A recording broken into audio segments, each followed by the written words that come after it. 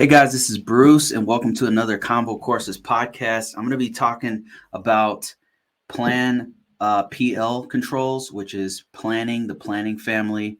It goes into system security plans, privacy plans, and I believe privacy impact assessments and other types of documents. And I'm just going to give you an overview of how those work and what they are. And then I'll just open topics just like we do every week. And you can ask me any kind of cybersecurity, GRC type questions, any kind of open topics. I'll also go into the comments that I've been getting on TikTok and on YouTube. But feel free anytime to ask me questions. I'll go back a little bit later and answer the questions. All right, so let me get right into this. I'm going to be talking to you about PL controls. Let me bring up my screen here. PL controls for security, system security plans, and operations. So what you're looking at here is the NIST 800 system security plans. These are breaking down the policies, the system security plans that you have to do, the rules of behavior within your organization, concept of operations. It's just a lot of documentation that your organization should have if they're trying to create a robust security compliance atmosphere. So let me first of all let me back up a little bit. Let me just explain like why you would have to do this. What would be the purpose of this type of documentation? A lot of times, as I've been doing GRC all these years, whenever I'm talking to my more technical people who are doing firewalls or they're the network engineers or whatever, they don't understand why you have to do documentation. For the life of them, they cannot understand why all this documentation is necessary in GRC. When we say GRC, we're talking about governance, risk, and compliance. That's how well does our organization line up to federal regulations, state regulations, industry regulations. If you don't think those are important, think about whenever you go to a hospital. If you're in the hospital and you're giving them all of your medical records, all of your medical information, you do want them to protect your information, right? So the way that they do that is with documentation. They do that with all the proper procedures that you have to do. It's not just a firewall, it's not just network security. It's not just encryption. It's the process. The process is the part that's the most important or equally important to your encryption, to your firewall, to all that stuff, your education in the organization. All those procedures are super important. 9 times out of 10, these hacks are happening because people in the organization are not doing what they're supposed to do with the procedures and the processes. That's why most of the hacks happen. If you look at most of the hacks, somebody is giving the information away. Somebody is giving their password out. It's a lack of education. It's a lack of procedures that they're supposed to do. And that's why it's really important. The more important your organization is, the more important it is to have these procedures in place. Whenever I'm talking to more technical people, your pen testers, your firewall guys, your server, your system analyst, your administrators, whoever, they cannot for the life of them understand why procedures are important, why documentation is important.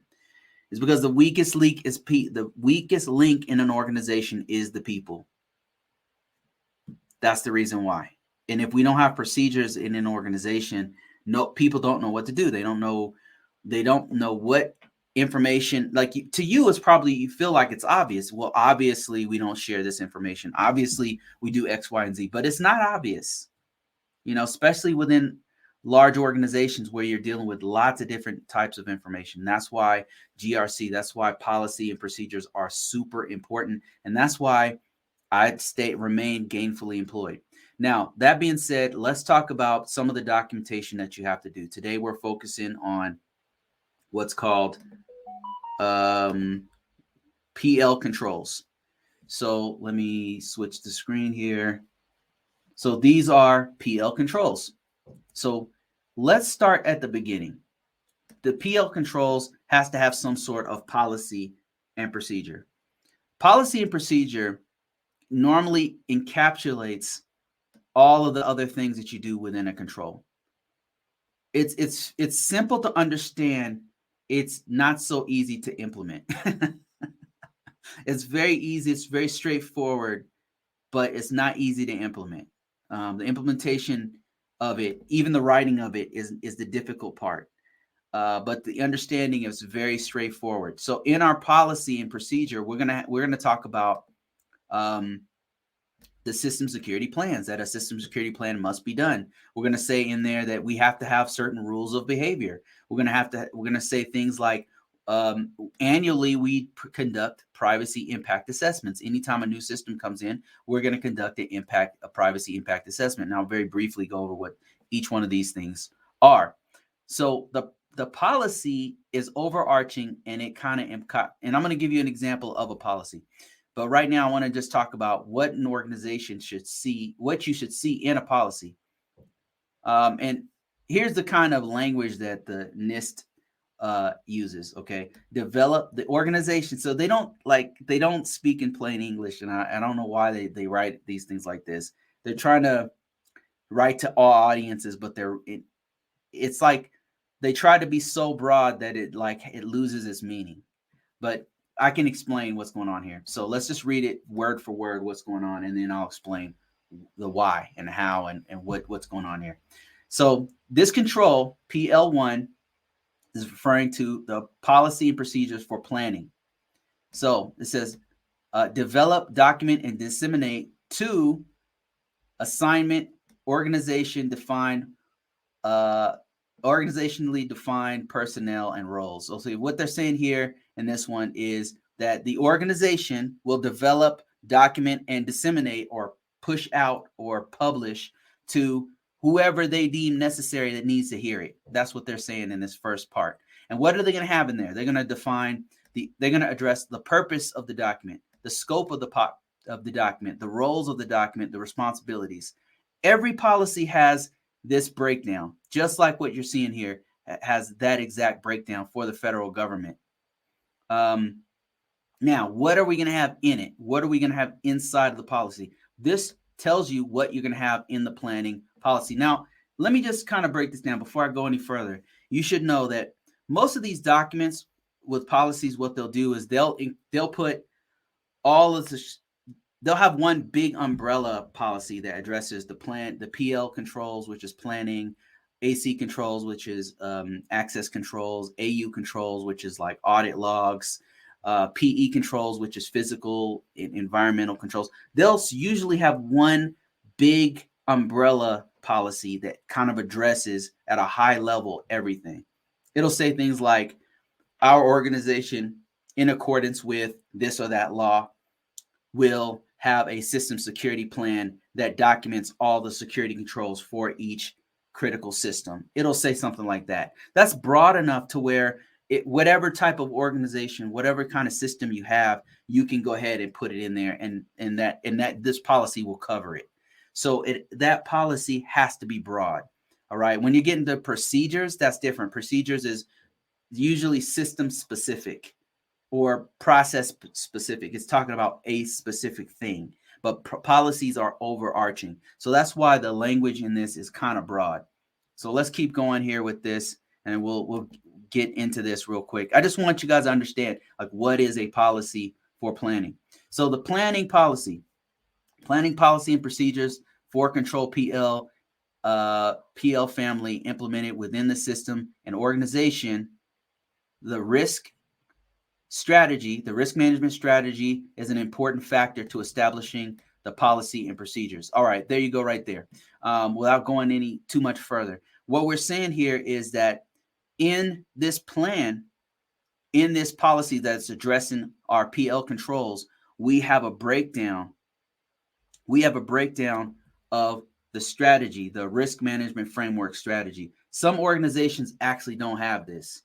So some organizations actually will not address, and I know this sounds crazy, like especially if you're a cybersecurity person, you're working in this field. I'm speaking from experience. There are organizations who literally do not have what I'm reading here. They do not have it. They don't have a strategy. They don't have a a system security plan that defines this. They don't have anything saying, hey, everybody in our organization will get training. Everybody in our organization, every system that gets connected will have a document that breaks down what's going on with that system.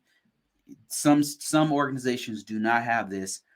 And when they don't, that's when a lot of the problems happen, especially when they start to scale. They start to get bigger. The organization starts to get bigger. More and more clients, more and more customers, more and more users start to use their system, especially when there's important data that they're protecting, important information, and they don't have a system security plan. It's a nightmare. And what happens is people don't want to stay there, especially cybersecurity and IT people don't want to stay there because it's too hard to manage. Or you'll have one person who's been there since the beginning and they know everything. And that one person can't leave. Like if they leave, nobody knows anything because there's no documentation for what's going on. Documentation, it allows you to have continuity. Like if this person leaves, the firewall person leaves, a new firewall guy can come in or lady can come in and start reading. Okay, here's what they were doing with the rules. Here's why they did a certain zones that they needed. Here's why. Here, if the system goes down, another thing, continuity. The system goes completely dark. It goes down. Now they got to bring in a whole nother firewall and stand it up from scratch. You have to have the documentation in place so that you can just start to build it. You can like literally take the document and say, okay, here's what they did here. Here's what they did here. That's why a system security plan is super important. That breaks down all the controls and even explains sometimes why you wouldn't have a certain control in there. That's equally important. So let's keep going here. I'm not going to beat this one into the ground. We already talked about documentation. The part of the PL planning that's really important is going to be the system security plan. And I have an example of a system security plan here that I want to show you. But first, let me kind of give you a bird's eye view of what we're talking about when we're talking about the system security plan. So system security plan, what is that? Why do I keep saying that word over and over again? There's many different names for this document, but essentially what this does is it documents all the security controls that you have on a specific system or in your environment. So what is it going to do? A security and privacy plan for a system is going to be, these are consistent with the organization's enterprise architecture. So it addresses the actual system, explicitly defines the parts of the components of the system. So it's going to actually define what's on there. So what servers are there, what literal hard drive, hardware is there, what software is there, that kind of thing. It's going to describe the operational context of the system. What is the mission? What is the business? What are the processes? What are the business essential processes? What are the critical functions of the organization, of that system, right? Super important because you got to have the context of the system. So there's a whole bunch of things that this does. What it's really doing here is it's defining the system. That's really what it's doing. It's defining the who, what, when, where, and why of the system from a security perspective and a privacy perspective. So you're talking about what is the name of the system? What is the concept of operation? Why do we even have the system? Why do we need it? Who are the stakeholders of the system? Who do I talk to get this thing authorized? How do we do the privacy? Who do we contact for them? It's the who, what, when, where, and why. Where is the system located? What place is it? Is it on multiple sites? Where is it at? So who, what, when, where, and why is what the system security plan is addressing from a security perspective. And now let me give you an example of what these look like. And this is just one example. There's many different iterations and forms and functions of a system security plan. So don't think that this is like a one size fits all thing. Let me show you what it looks like, what these used to look like. So this is just a spreadsheet that's breaking down the who, what, when, where, and why. It starts off with what is the name of the system. This is an old DSS system security plan that is no longer available. You can get it off my site for free because I managed to salvage it before they scrapped it. Because people still use manual methods of documenting system security plans, even though what's going on right now these days is they're doing all these in a database, like they're doing it in Exacta or EMAS or some kind of database online system that allows multiple people to access a system. But for the purposes of teaching, I wanted to just show you the who, what, when, where, and why that goes into a system security plan. Once you've seen one and been through one, you can get through any one of these things. That's the great thing about GRC. It's the great thing about system security, about being a cybersecurity person who's doing policy, a policy officer or information system security officer, is that it's kind of evergreen. Once you know one part, you kind of if I see another system security plan somewhere else and it's not even it doesn't look like this, it's a Word document, I know exactly what I'm looking at. All right, so it's describing what type of system it is. Is it a standalone system? Is it on a WAN? Is it a LAN system? Where is it located? What's the category of the information? What is the information type? What is the confidentiality of the system? What is the who, what, when, where, and why of the system? And then it goes into greater detail about the actual controls. What you're looking at here that you can barely see it, there's so many of them. There's literally like 1,000 of them. That's why it's so tiny, is all the security controls. Now, you wouldn't put all of these security controls on a given system. You wouldn't put all of them there. You would tailor this. So, for example, let me see. Let me get a good one here. Yeah, here's a good one right here. This is AC19. If you don't have mobile devices or if you don't have wireless AC19, you wouldn't have to use that control. You just put not applicable, and then the explanation would be we don't have wireless on this system. This is a internal system. It's a classified system. It's a whatever system. We don't allow any kind of wireless. You would just explain that in the documentation. All of this is about this PL control family is about explaining and documenting what is going on from a security or privacy perspective on each individual system. That's all it is. From the architecture to the actual concepts of operations to the privacy impact analysis forms, all of it is just describing what the system looks like. And there's many different, I can't sit here and tell you that everyone uses this spreadsheet because they don't. It looks different every time. It looks completely, they even use different language. Right now I'm working in the federal space, but I've worked in aerospace. I've worked in Department of Defense and intelligence. I've worked in the private sector. They all use different language. They have different acronyms. They call it slightly different words, but it's all the same. It's all the same. They all have to put the industry standard best practices on their system, the security best practices. And this, what I'm teaching you right now, is one of the security best practices, which is a system security plan. They don't always call it a system security plan. They don't always call it that. I've been in places where they call it information system plan. I've heard it called they call it security policy, but it's actually a system security plan. I've seen it called many different things. That sometimes they don't have a name for it. They'll just say, "Oh, go to Exacta and log into the system." But it's a system security plan. Like, there it is, a system security plan. NIST actually has a really good breakdown of what should be inside of a system security plan. Let me show you that. It's NIST 800-18. So if you're wondering where you would find like a complete breakdown or standard for this, here it is right here. It's NIST 18. Actually, let me switch my screen real quick. There it is right here. It's NIST 800-18, and it just tells you like what should be in every system security plan, whether you have a database version of it, whether it's a spreadsheet, whether it's going to be a Word document or PDF or whatever. It's breaking down everything you should have in there.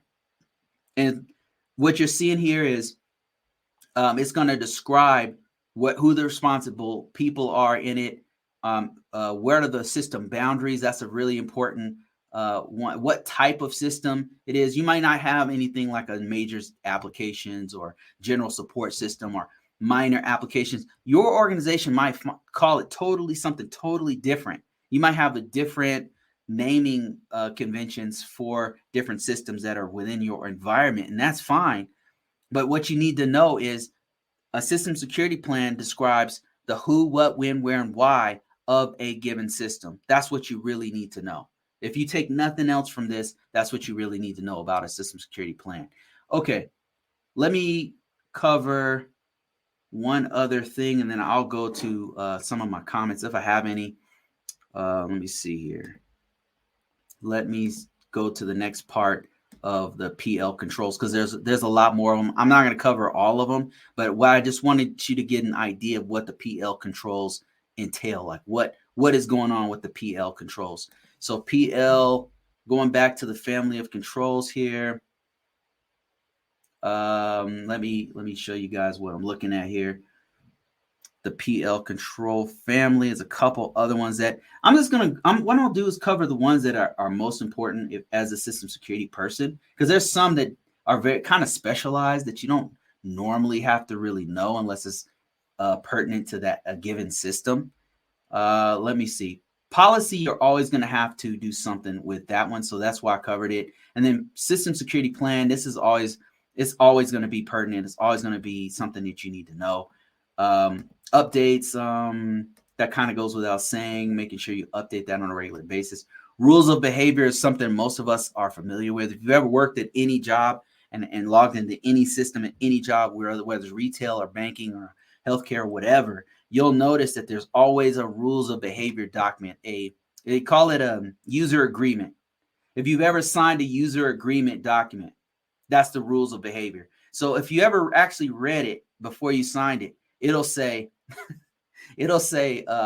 something like, I will, I'm not going to sign. I'm not going to go to porn sites. I'm not going to go. It doesn't specifically say that, but basically that's what it's saying. I'm not going to go into any unauthorized sites. I'm not going to click on any unauthorized. I'm not going to do business at my place of work. There's rules that they have that you signed off on when you actually got the job. That's rules of behavior. That's PL4.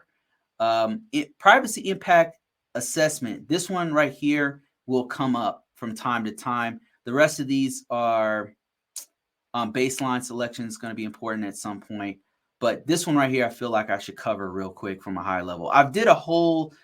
If you're interested in privacy, I did an entire breakdown of privacy that is on my site. And you could actually find bits and pieces of it for free on YouTube, where I just go into very great detail about privacy impact assessments and PTAs, or privacy threshold analysis, and all the stuff that goes into this.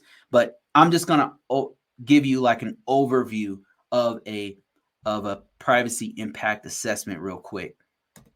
Let me see. One of the best places that I've found that has a really good resource for privacy impact assessments is DHS. DHS has a really good breakdown on their public site that talks about privacy impact assessments, and it's high level. It's very good for learning.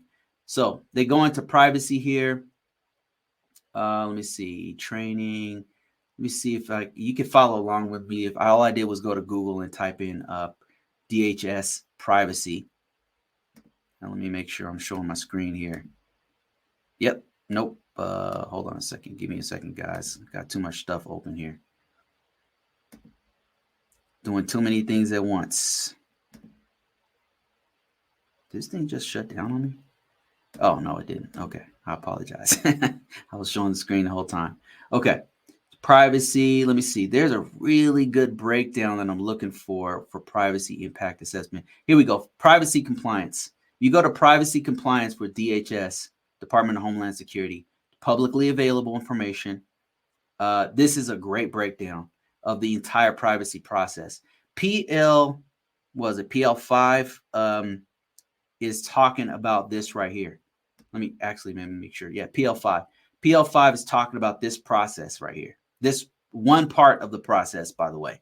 So privacy threshold analysis is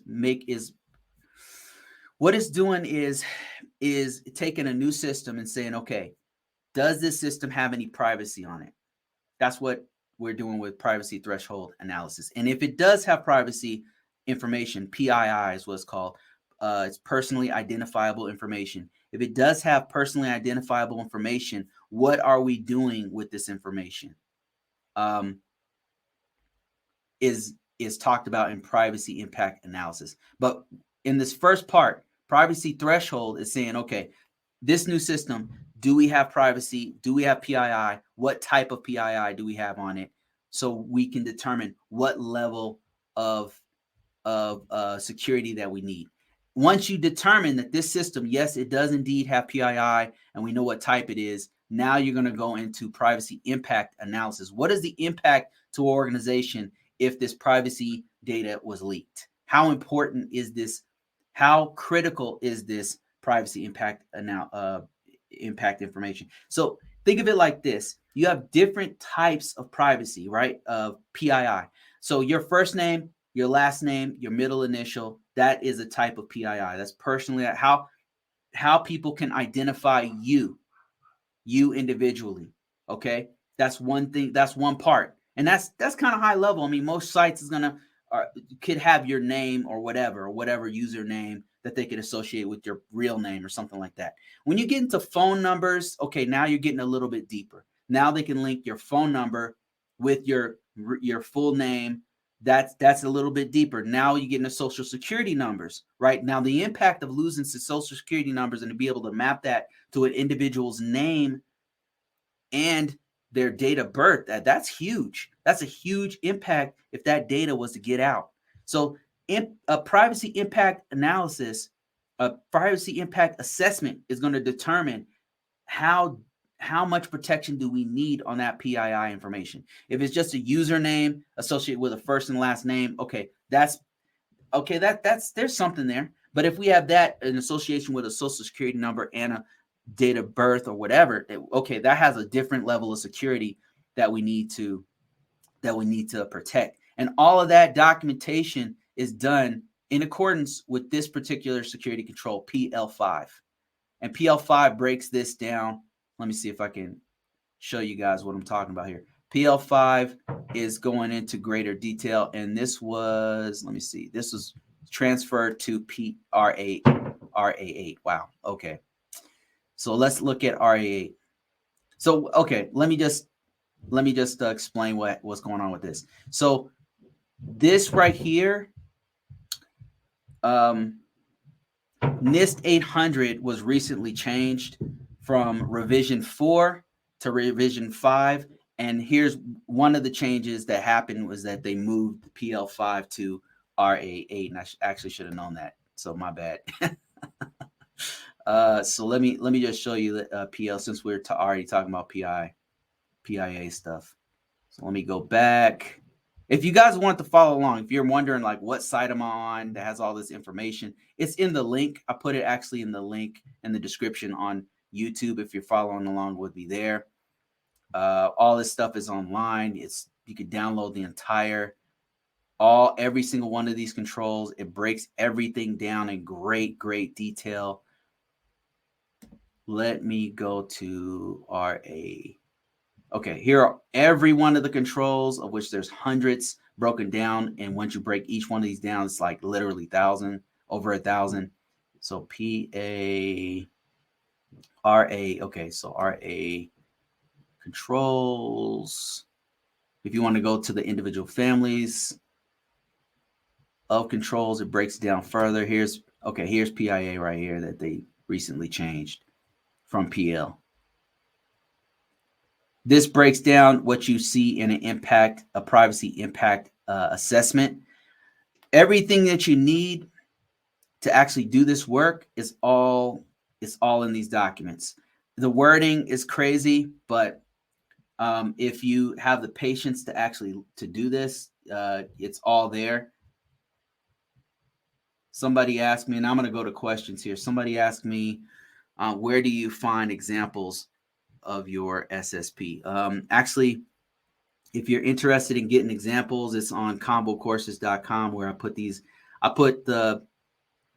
out there for free. I have a whole bunch of free downloadables if you're interested in that. And one of those downloadables is a system security plan. Different versions of it. I have a Word document one. I've got a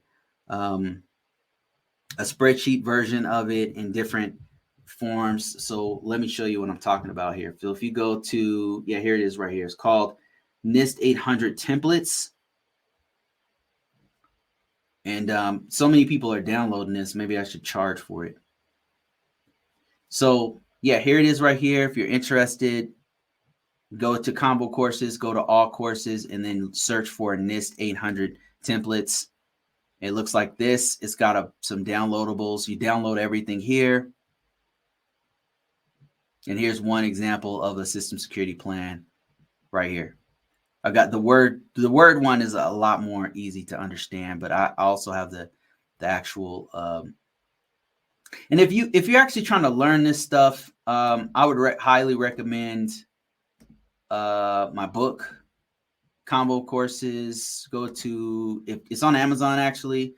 Here it is on Amazon, where I'm explaining all this stuff.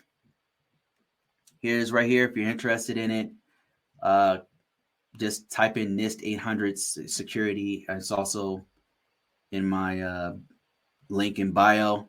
I'm going to open this up to questions. If you have any questions whatsoever, I've got a couple questions in here. Let me see. Somebody said, quick question. Would you say the industry is moving to risk awareness culture instead of GRC? I would say GRC includes risk awareness. So it's a part of risk awareness. GRC is the direction things are going to. And that's actually a great question, because recently, one of the certifications that I have, that's one of the premier certifications on information security and GRC stuff, they actually changed the name of it from ISC2 CAP, or Certified Authorization Professional, to Certified in GRC. So the whole industry is moving towards GRC, that naming convention. But I can tell you that security risk awareness is a part of GRC. GRC literally means governance, risk, and compliance.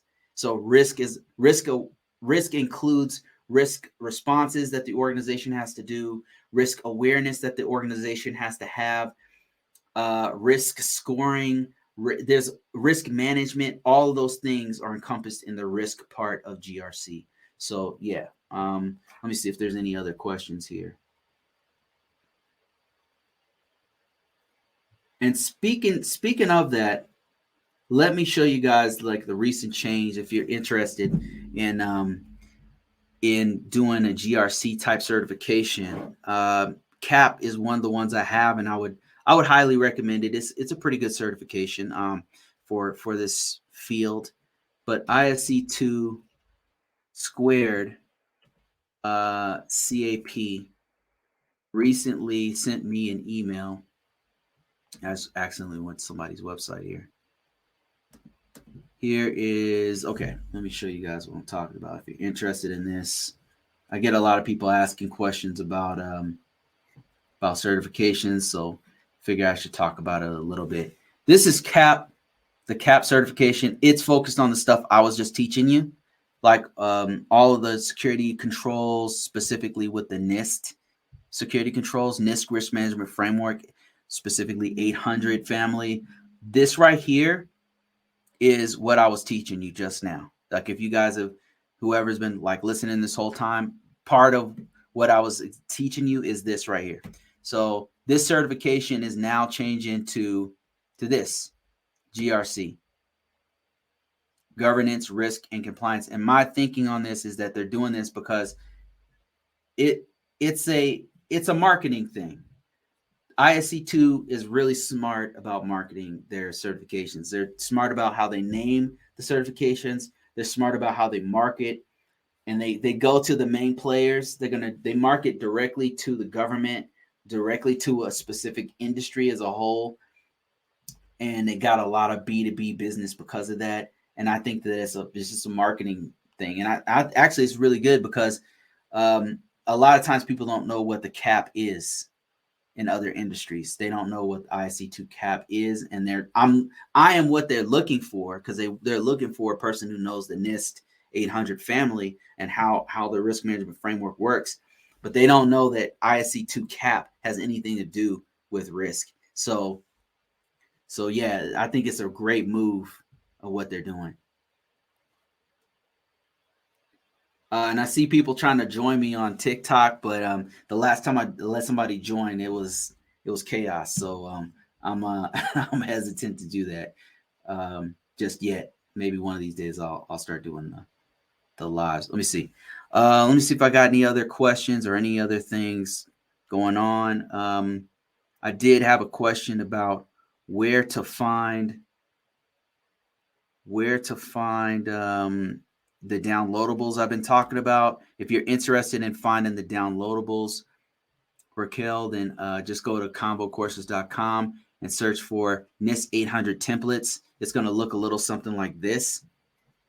If you're interested in grabbing these templates, it's got not only system security plan, but it's got a breakdown of the SAP, the security assessment plan, and other documents that you might want to use, and it's free. So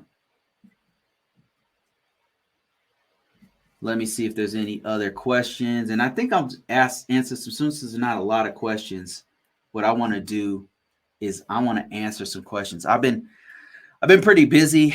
I apologize for people who have been messaging me, emailing me and stuff, and I have not been getting back because I've been super busy with my job.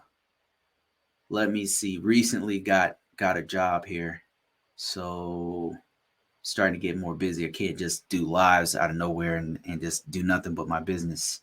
Now I have to only do it on the weekends, unfortunately. Okay, somebody said to me,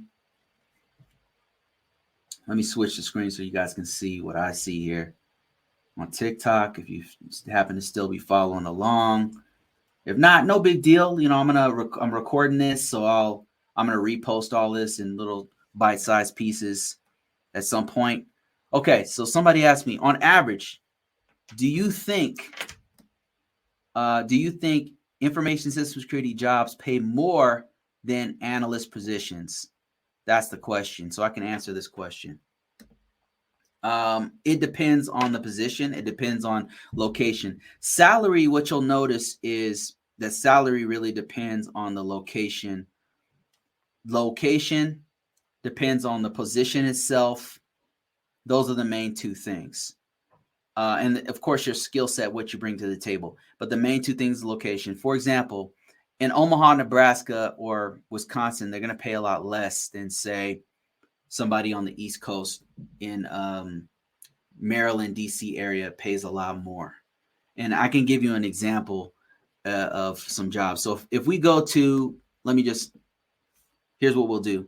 I'm going to type in ISO salary. And right off the bat, they're saying that the ISO salary here, let me show you my screen here. The ISO salary is an average in the U.S. of 118,000 per year on average in the U.S. But this really depends on what location you're in. Because let me see if I can give a further breakdown. We're going to look at the analyst stuff too. But look at this. So we're seeing 104 on average according to Glassdoor. But it depends on how much experience you have. Like if you have 4 years experience, it's going to be different than if you have 0 to 1 years of experience, as opposed to 9 years of experience. And then it also depends on the industry. One thing they don't have here is the location, because that's a real big one. Okay, here we go. Let's see. Well, let's say Omaha, Nebraska is going to pay a lot less, I believe, than some other locations. So want me to sign in. I don't want to sign in. I think it's saying like 120 there for Omaha, Nebraska. It's not showing me, but Omaha, Nebraska. Let's see. Now watch this. Let's go to, here's what we can do. We'll type in Omaha, Nebraska right here. Let's look at this. The average in Omaha, Nebraska is about 87, According to this site, about 87. But let's look at the salary in, oh wait, here's another one. 90,000 right there. Just shy of 100,000. Now let's look at Maryland. Missing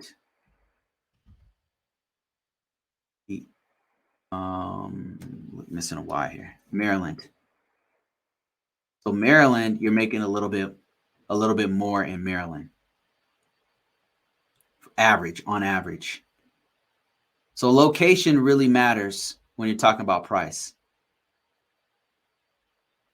So the other one in Omaha, Nebraska, it was under 100,000, and then the average in Baltimore, Maryland, is a little over 100,000.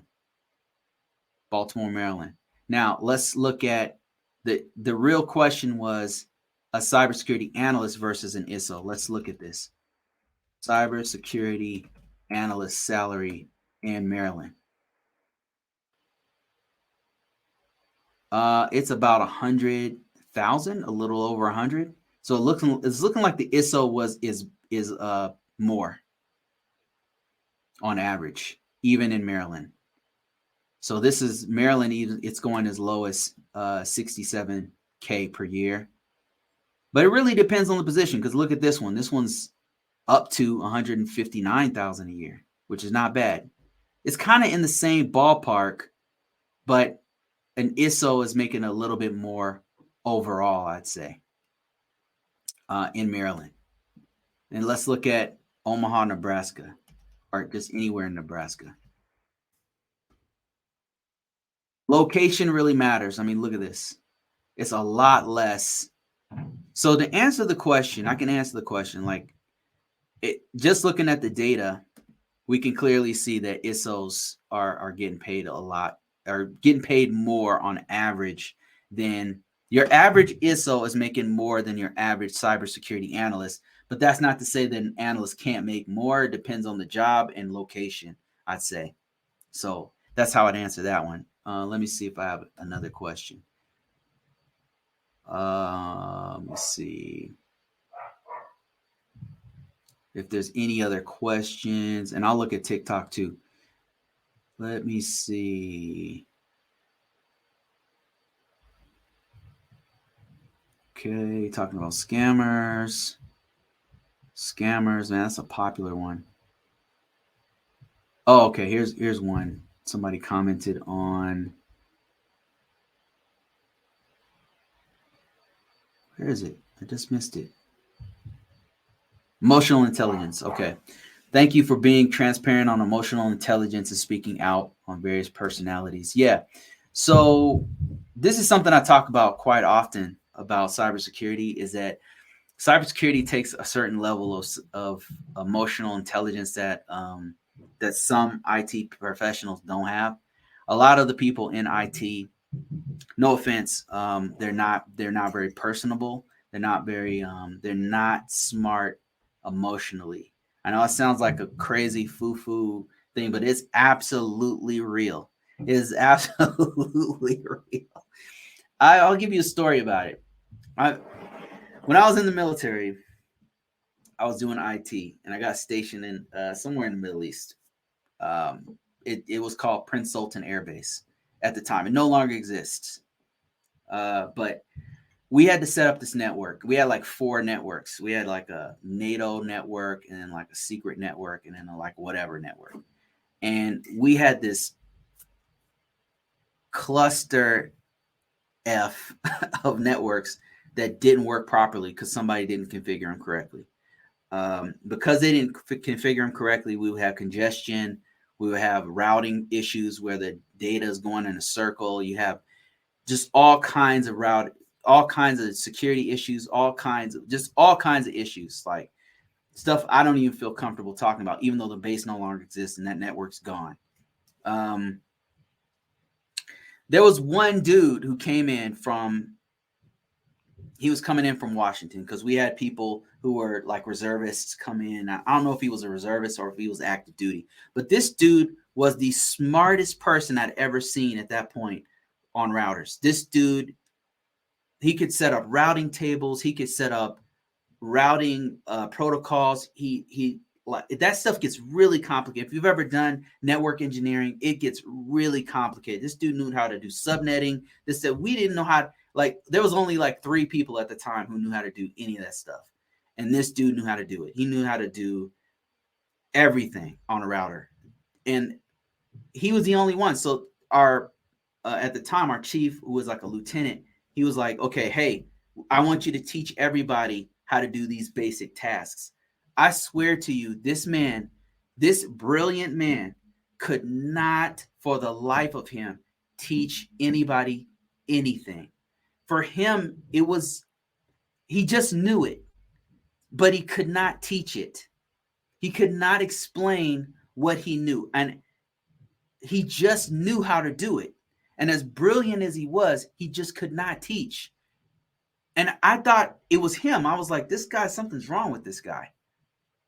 And what I found out was like, not a lot of people can teach. Either they don't have the patience to do it. They think everybody else should just know things, which is weird to me. They assume that everybody is at their level. And when you teach, you got to teach at a person's level. You got to speak with their language. You can't just, people don't automatically speak your language. You know? To me, it's natural. But to this guy who was brilliant, this man could not teach anything. And you know what the irony is? When I talked to this guy, he could barely string a couple sentences together with anybody, but he's absolutely brilliant, but he could barely talk. I think he was extremely autistic and had Asperger's disease. Like the guy was absolutely, he was a savant. He was like, have you ever seen the movie Rain Man? He was like Rain Man, but with network technology. He was like, if somebody dropped sticks on the ground, he could probably know how many sticks just dropped on this dude was absolutely ridiculously smart, but he could not speak to people. He could not teach anyone anything. And one time I sat down, I was like, hey man, like, what do you like? Why are you, it doesn't seem like you like IT. Like, what do you want to do? He said he wanted to do, he wanted to teach. I was like, what? I was like, oh, you want to teach, but you can't teach anything? I didn't say that, but that was what I was thinking. And this dude, he wanted to teach survival. Like his thing was survival. He was a survival guy, and he wanted to teach that. I'm like, dude, you can't, you're not, he couldn't string 2 sentences together. I'm not exaggerating. This man could barely talk to human beings. And you know what? I'm one of the most introverted people I've ever met. And this dude put me to shame. So yeah, this is not for everybody. Teaching is not for everybody. Crazily enough. Okay, somebody asked me, would you say that this field is more remote based rather than physical building work? I would say that's a good question. No, it's not remote. I would say most ISO jobs are definitely in the office. Most GRC ISO policy based jobs are in the office, because especially when you're dealing with the federal government, because a lot of the jobs are dealing with classified information or very sensitive information of some sort, whether it's in a hospital or it's in banking industry or in cybersecurity in general. It lends itself to being in some sort of secure environment. That being said, you can find remote jobs in this field, because I've been doing it since 2014 now, and I've had several jobs. I literally have like 7 or 6 jobs in that time frame where I do side jobs, or I would work for the federal government doing. You can do it too, and if you're interested in this, I actually have. If you go to my description or in the link in description below, if you're on YouTube or if you're on TikTok, just check me out. I've got like a breakdown of the lessons of how you can do it, how I've been able to do this. And actually, I have a book about this. If you guys are interested, just released this book. I haven't like really advertised it yet because I'm still working out what I'll do is a couple different versions of the book until I get it right. Let me see. Amazon. If you go to Amazon, I got a course on this too. Like if you go to my course, it'll walk you through how I've been able to do this, because I just get a lot of people asking about it. But if you can also do this for free. This is all stuff I've been buying, man. Look at me. So much candy. Jobs. Bear with me. I'm looking for it. I'm not sure if it's been released by Amazon just yet. Yeah, here it is right here. I don't know. The paperback's the only one out right now. I'm working on the audio book of this, and the audio book and the soft copy of this is coming out. It's going to take me a while. I don't know what's going on, why it's taking so long to get this out. But here it is right here. If you're interested in how to actually work from home, it's a very short book that just goes straight to the point. But also, if you're interested, go to my YouTube channel. Is probably a better resource, to be honest with you. Resource where it breaks down how I'm able to do this, where I have a breakdown of everything I've been doing over the years to actually find these jobs. It's actually much easier now to get these jobs. Another book to check out while you're there is Cybersecurity Marketing, Cybersecurity Job Market, how to actually find jobs, because I've been able to find jobs very easily over the years. Just using this very simple method that I use. No problem. All right, let me answer I'm going to answer a question from TikTok. This is my TikTok channel. If you guys are interested, I got a ton of questions here, so I'm going to answer one or two of these. Have you heard of a WGU? Yes, I've heard of WGU. I think that's a great path if you want to go that direction. All right, let me see if I can answer some questions directly from TikTok. Let me see. Okay, here's a good question. Somebody asked me. They asked me, which is easier, IT or cyber? So this is a very broad question, because cybersecurity is very broad and IT is more broad. I would say my answer to this would be that overall IT is easier, because IT is a much bigger umbrella. So IT covers like help desk. Like IT has a larger spectrum. Cybersecurity is underneath IT. IT is a huge umbrella with a very broad spectrum. So IT goes from, like, you can literally have no degree, have a GED, and walk in off the street on some of these jobs, and they will teach you basic IT. They're not going to pay a lot for these types of jobs, but that's where you start. That's where I started. All of us start with IT. IT has a huge spectrum. It can go from you making $12 an hour doing help desk stuff, all the way to being a director where you're making $1 million, whatever, with stocks a year.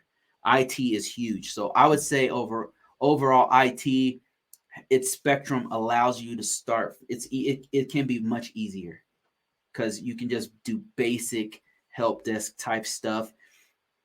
But cybersecurity, you have to come in knowing some IT stuff. You can't just walk in knowing nothing. But IT, you can. It has that within the spectrum. But cybersecurity, you really have to know some IT stuff. So, hope that answered the question. Somebody said, "Hey man, I love what you do. I will contact you soon." Yeah, thanks, man. Appreciate it. Yep, feel free to contact me. That's a great way to explain it. Thank you. I appreciate that. Let me see if I can answer some other questions. Some other questions people been asking me. I'll go to YouTube. I get so much spam on YouTube these days. Let me see. So much spam and unrelated stuff. This is a great information. This is great information for explaining the need for defense in depth in PE during an interview from the bank. Okay. Thank you. Appreciate that. I started as a PM working security related projects. My biggest mistake, letting my PMP lapse. I still have a CISSP, CISA, CISM, etc. But I'm getting that PMP. Yeah, okay. This is actually a really great topic right here. I want to address this real quick. Okay, so somebody said a lot of times, like, people are asking me, like, hey, should I get into cybersecurity? Like, I'm 40, I'm 40 plus. Like, is it too late? I'm 30. Is it too late for me to get in cybersecurity? And what I say to them is, no, absolutely not. It's not too late to get into this. Absolutely not. It's a great opportunity. But what I'll do suggest is maybe consider doing what's called project management. Project management is aligned with cybersecurity, is aligned with system engineering, is aligned with IT type technical engineering type stuff. And so what this job does is project management, it needs a very mature type of person who knows how to communicate well. Just like cybersecurity, it takes a person with a lot of patience, a lot of empathy, like somebody who can see from your perspective, right? It takes that kind of person, but also it's pays well. And I'm going to demonstrate to you what I'm talking about when I'm talking about project management position. And there's not like a high bar with cybersecurity. I feel like you already have to come in with IT knowledge. You can come into cybersecurity with no experience, but you can't come in with no knowledge. So there's kind of a bar there. It's not a high bar, but there is a bar because you have to know IT, the basic IT stuff, networking, how computers work. You have to know that stuff. But with project management, you don't have to know that stuff. But we need, when I say we, IT people, risk management framework people, cybersecurity people, engineers, scientists, we need project managers. And let me show you what I'm talking about. Project managers, watch this. I'm going to type in how much most people are motivated by money. So let's do this. Project, myself included, right? Project manager, okay? And I'll explain like what they do. But here's what a project manager makes. Look, that's not bad. See, that is not bad. And actually, some project manager positions make way more than cybersecurity. Some positions, look at this. Look at that. That's a project manager. You don't have to know IT stuff for this. I'm not saying that there's no bar for project management. So a PMP is a project management professional. It's a certification for this job right here. It doesn't pay bad. And it's can make well into 100K. It's not a bad gig. Not at all. So if you're interested in this, if you happen to be older, maybe you don't really want to know the IT stuff or whatever, you should consider project management because it pays well. The bar of entry is not super high. You know, a lot of times us older people, like it's very humbling to be an older person doing IT stuff. And I'll tell you why. You can do it. Absolutely, you can do it. And we do need everyone. Especially older people, to be honest with you, because you need people who are emotionally intelligent, which older people tend to be. So, because they have experience. But I'll just say, like, there is a learning curve, and it's very humbling when you come into this older, because when we were born, there was an internet. Well, there was an internet, but it was like DARPANet or something. Like when I was born, it was DARPANet or something. Nobody was on the internet when I was a kid. You know what I mean? Except scientists and like, I don't know, Intel guys or something. You know, the 90s was when it blew up. And so there's kids that you're going to be working here. When I say kids, they're 22, 25 years old. And these guys, they were born into this. So it just seems natural for them. I've noticed, like the younger people, when I'm working with them, it just comes natural to them. Now I've got a lot of patience as an older person to learn new things. I've always had patience, but they already know this stuff. Then they know it fast too. Like it's like even when my kids, sometimes one time I had my kids, a couple times I had them like be my editor for my videos. I'll take my videos long form like this, and I'll cut it up. My kids will take it, and I say, hey, could you cut this video up? I need an editor. I'll pay you. And they're like, oh yeah, money? They're like, money?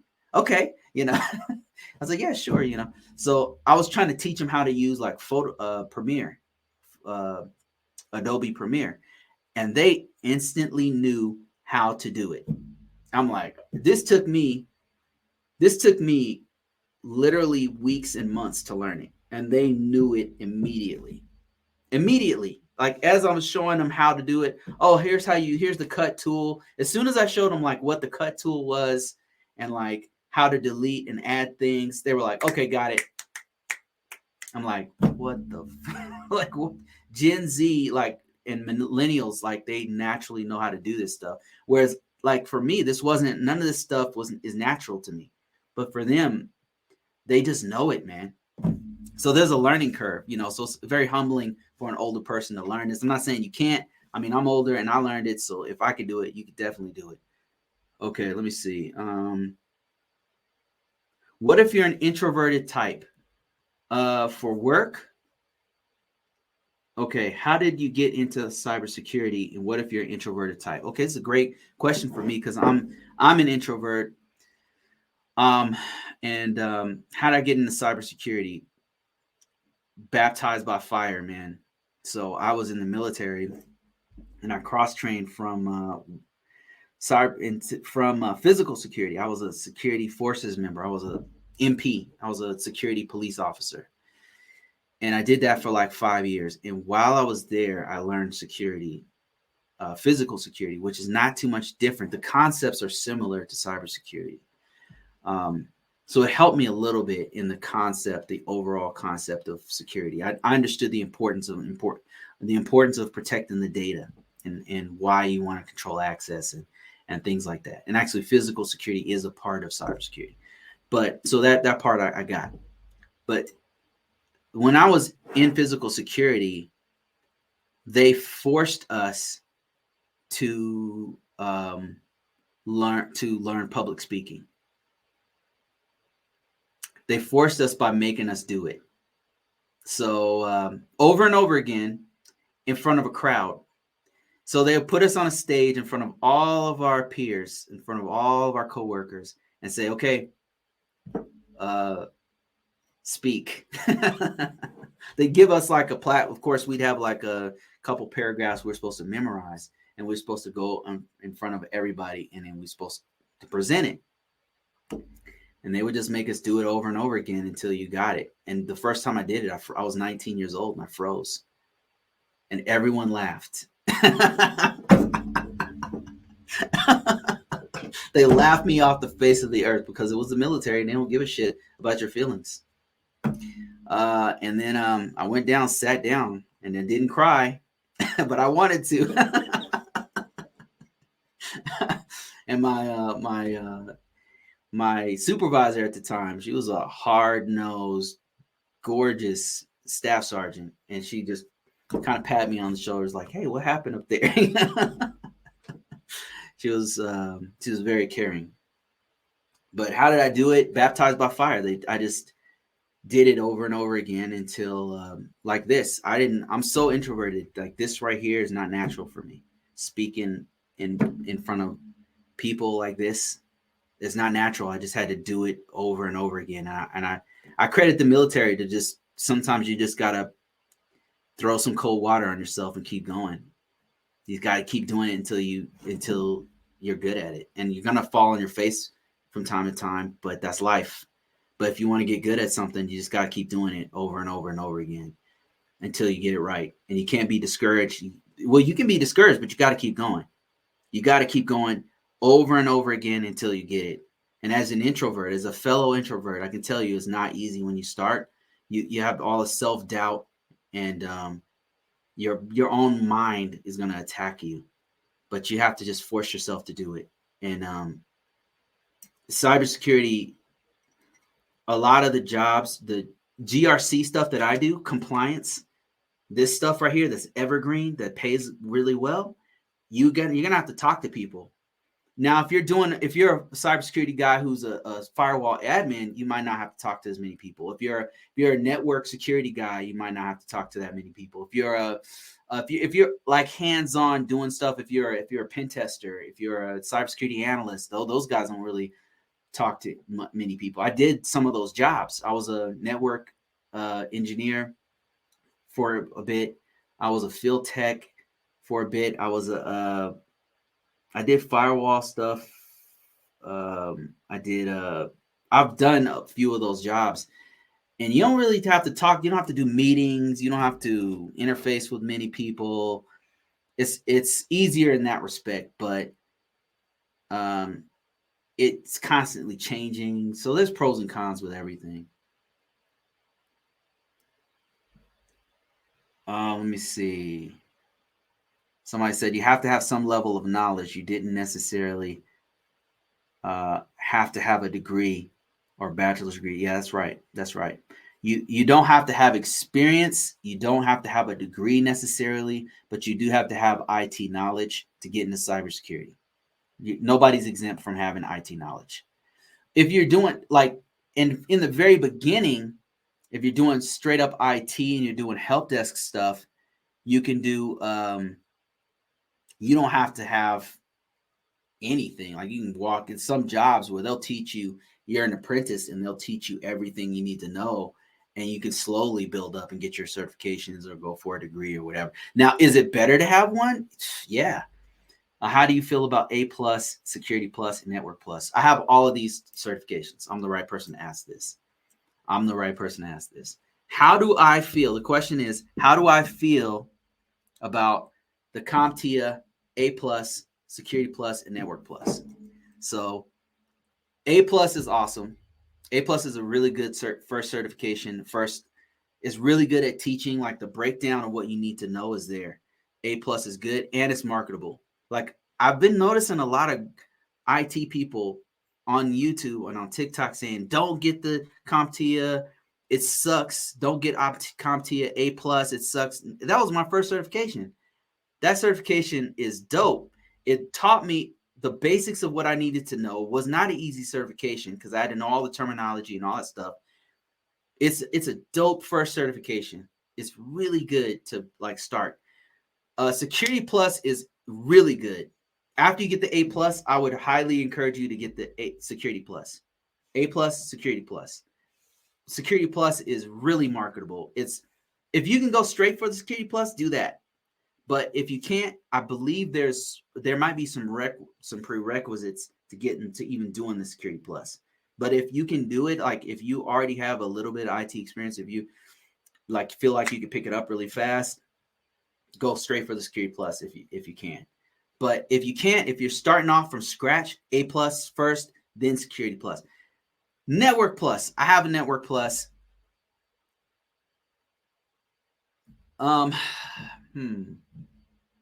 Network Plus is not that good. it's not that good. CompTIA did their best because there's not really any vendor neutral network certifications that are high level. What I mean by that is that most network certifications are owned by some major organization. Like the top one is probably either Juniper or Cisco, or I don't know, name your top network enterprise companies. And those guys will own like the top network. Another one is VMware, top networking type certifications. They're all vendor specific. Like when you go through their course, it's like when you're using a Cisco router or whatever, like I used to have a CCNA, and there's very specific. The CCNA is so specific that you have to literally log into their router using their iOS, and that's how you pass the certification. And then same thing with Juniper, like you have to know their technology. But Network Plus, to its credit, is vendor neutral. It's not specifically talking about this or that system. It's just talking about the actual technology. So it's good to learn like the stuff to learn like about what the basics of what a LAN is and what a WAN is, and how to do subnetting and IPs and different types of IPs. It's very basic networking stuff. So I would maybe just learn the stuff from the course, but I wouldn't take the certification because it's just not very marketable at all. It's just not that marketable. So Security Plus, A Plus, highly recommended. I have all of those. I've taught those before. So yeah. Can you explain how sometimes manages a project with little or no IT experience? Can you explain? Okay, what you mean is, can I explain how you can do project management with little or no IT experience? Okay, yes, I can explain that. So project management, it's what your focus is on is how to manage large projects. And so that's not just IT stuff. That can be a science project. That can be launching some stuff into space. It can be aerospace. It can be a major healthcare system that's gonna span the globe. So your focus is on like the tools. I think one is called Agile. There's like different techniques. There's different concepts that help you to manage the system as a whole. Like, for example, let me give you a real world example. Like we had a system in Department of Defense, and we had to upgrade this system from old Unix to Red Hat. And that process we knew was going to take $3.5 million. I'm just throwing numbers out there. And it's going to take 4 or 5 different departments, right? And it's going to have 100 different pieces of equipment. So, this system is so complicated. It's so comprehensive. Me as a cybersecurity person, all I know is my little part. I just know that we have to use risk management framework. We have to go through the risk management framework process. I know what controls, I know where to get those controls. I know who to talk to get those controls in place. That's my part. I don't know, say, how to stand up a Red Hat from scratch, right? That wasn't my part of the job. That's the Red Hat administrators. Red Hat administrators, those guys, all they know is how to set up the thing from scratch. They know how to install the patches. They know how to put in the security controls. They know how to network the systems together. They know how to, they know their piece. The system engineers, they know how to get the telemetry data from the satellite. They know how to point the dish in a certain direction, and they have the software that's going to have the telemetry to point the thing and then pull the data down and then give it to the network guys. Each of us knows our little piece and part. And then there's the schedule. There's the schedule and the resources and all that stuff. That's where the project manager comes in. The project manager, what they're doing is they're saying, okay, I'm going to meet with the cybersecurity people. I'm going to meet with the IT people. I'm going to meet with the system engineering people. And I need a tool like a Gantt chart or like Agile or like whatever. I need some sort of like Jira or whatever tool they're going to use. And they're going to map out the time frames that each one of us are doing our job. Like they're going to say, okay, first of all, we're supposed to have this whole project done in 18 months. We have $3.5 million to do this. In the first 6 months, we're going to spend 80% of that money. Now, the money piece, they're going to talk to a whole nother department. They're not even doing the actual finances. They're talking to the other department that does that. And they're going to say, okay, guys, how long is it going to take you to purchase all of the equipment? It's going to take us 4 months to purchase all the equipment and go through 80% of the budget. Cool. So all they're doing is they're talking to that part, that piece. Let's say it's the financial acquisitions department, whatever. And they're going to say, okay, how long is it going to take? So as a project manager, they know we can't start to install until we have the equipment. So they're like, okay, it's going to take 4 months to get all the equipment in place. And then they're checking every week. Okay, do we have the equipment? Okay, all the servers came in. The next week. Okay, now what's going on? All right, we're still waiting on the routers and the switches. Okay, we got everything.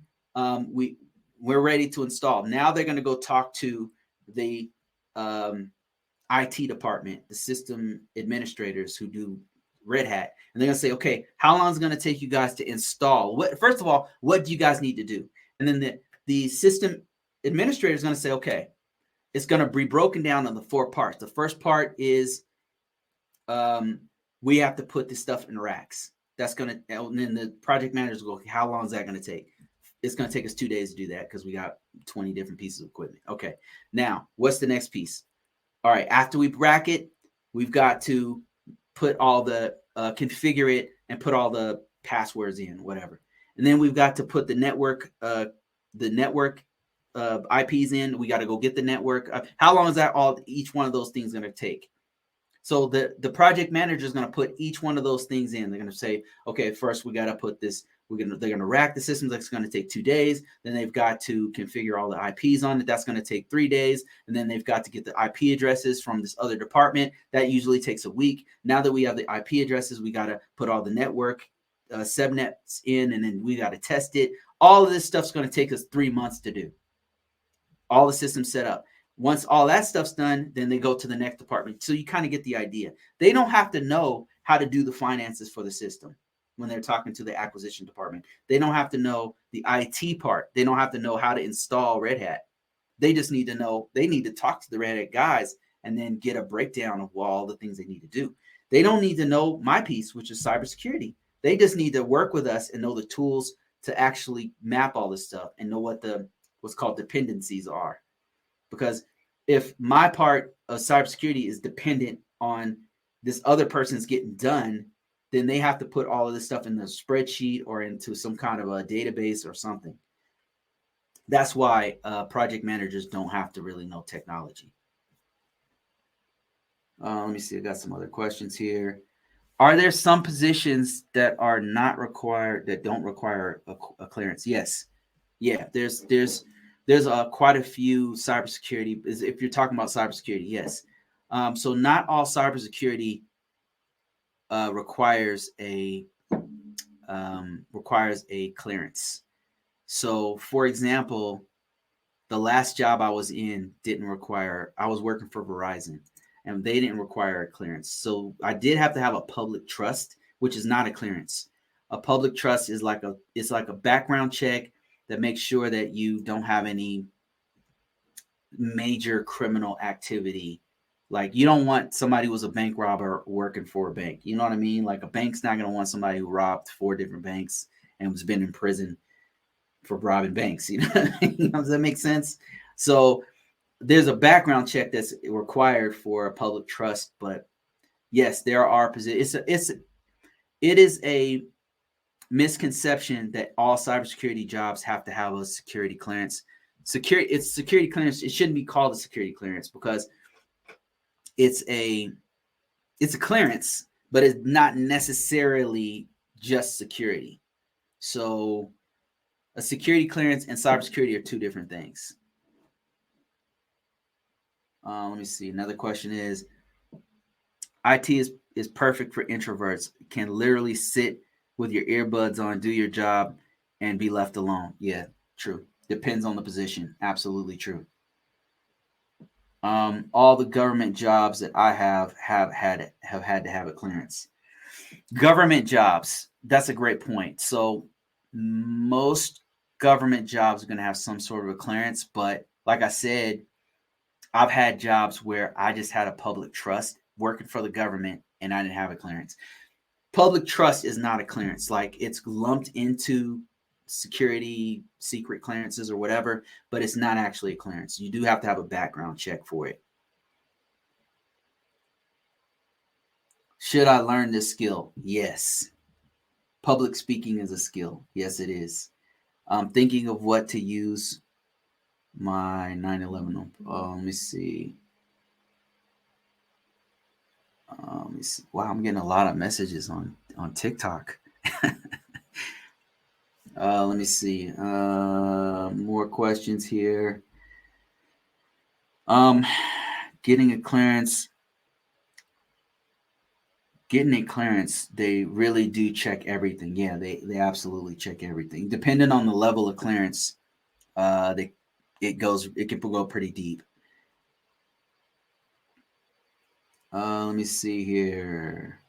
What are your thoughts on WGU? I think it's an awesome school with great opportunities. If you can go to school, really any accredited college, if you can go to any accredited college, I would recommend it for IT. I know people are crapping all over college and universities and degrees and stuff, but to be honest, like it's just more money. Like if you want more money, then get a degree. You know, if you can't afford it, then get a certification. But if you can't get both certification, I'm going to introduce you to a new word. Both of them. Both of them. If you can, get both of them. Okay, let me see here. A+ was a waste. Not for me. How do you feel about Google IT support certificate? I don't have the Google IT support certificate. I don't have it, but a lot of people have been contacting me telling me that they are making money off of it. I was crapping all over it in the beginning, but so many people contacted me saying, yeah, I have it. A friend of mine has it. They're making money. I'm like, are they making 100,000? No, they're not making 100,000, not with no experience. But so it seems like it's a good entry level certification, but that's for me, that's some hearsay of people telling me. How about the CIS Plus? What is CIS Plus? Let me see what that is. CIS Plus. I'm curious. I don't even know what that is. CIS Plus. Is this a certification? Certification? Anybody know what the CIS Plus is? Do you mean the CYSA Plus? I don't know what the CIA Plus is. CIS Plus is. I had a really good question. Let me see. Somebody said security plus first. Okay. This is a good one. Somebody said A+ is a waste. Okay. Let me explain why it's not a waste with facts and data. No offense. This is not me attacking anybody. I just want to show you guys why it's not a waste. Okay. So first of all, let me introduce you to a form that many different government agencies use. It is called the 8140. I've talked about this many times on my channel. 8140 is a federal. It's a document created by the Department of Defense that's been adopted by many different federal organizations. And I'll explain to you why it doesn't just pertain to the federal government in a second. But first, I want to introduce you to the 8140. So this is 8140 on SANS. So SANS is a major cybersecurity organization used by, if you have been doing this for any amount of time, IT for any amount of time, you've heard of SANS. They're one of the premier places to get best security practices. And they're talking about the 8140 on their site. So this is all 8140 stuff. And they're listing all their certifications. They're saying, hey, look, guys, we're 8140 compliant. Look at this, because they know that this gets sales. Now, what does this have to do with the A+? I'm about to show you in a second here. I'm going to go to 8140. Wait, sorry about that. 81, if I can type, damn, 8140 certification chart. That's what I'm looking for right there. I'm looking for the certification chart. Okay, I'm just going to go to images real quick. It's the fastest way. They change this from time to time, by the way. It's been updated. But what do you see right there on the top? On the top, A+ certification for an IAT level 1. Now, is Security Plus better? Absolutely it is. See, it's an IAT level 2. So IAT level 1 means Information Assurance Technical level 1. So this is like help desk. This is like troubleshooting, customer service, technical customer service. They put this on the same level as CCNA Plus. CCNA security is a hard certification. Now, they did list network security and network plus on here. I disagree with this. I don't think that this should be on there. It's not very marketable, even though it's listed. But A+, I'm going to show you some more data. A+. Now, it's listed here on a prominent government document. But let me show you something else. If we go to Indeed.com, I'm going to show you that it's actually marketable. This was my first certification. If this is your first time in this field, it's not bad. CompTIA A+. It's an entry-level certification. It's great for learning. CompTIA A+. Let's see, Technical Specialist 2. Let's see if it's listed here. It's only, look, when you first start out, you're not going to make a crap load of money, okay? I mean, you're going to start off like this. If you're starting off, A+ certification is not bad. You want to get your foot in the door with an A+ certification. There it is right there. It's marketable. They're looking for this certification. Is Security Plus better? Absolutely. If you can do the Security Plus is way better than an A+ certificate. It's one of the best certifications on CompTIA. Arguably the best, because it's just everybody knows what it is. It's just so marketable. There's so many jobs for a Security Plus.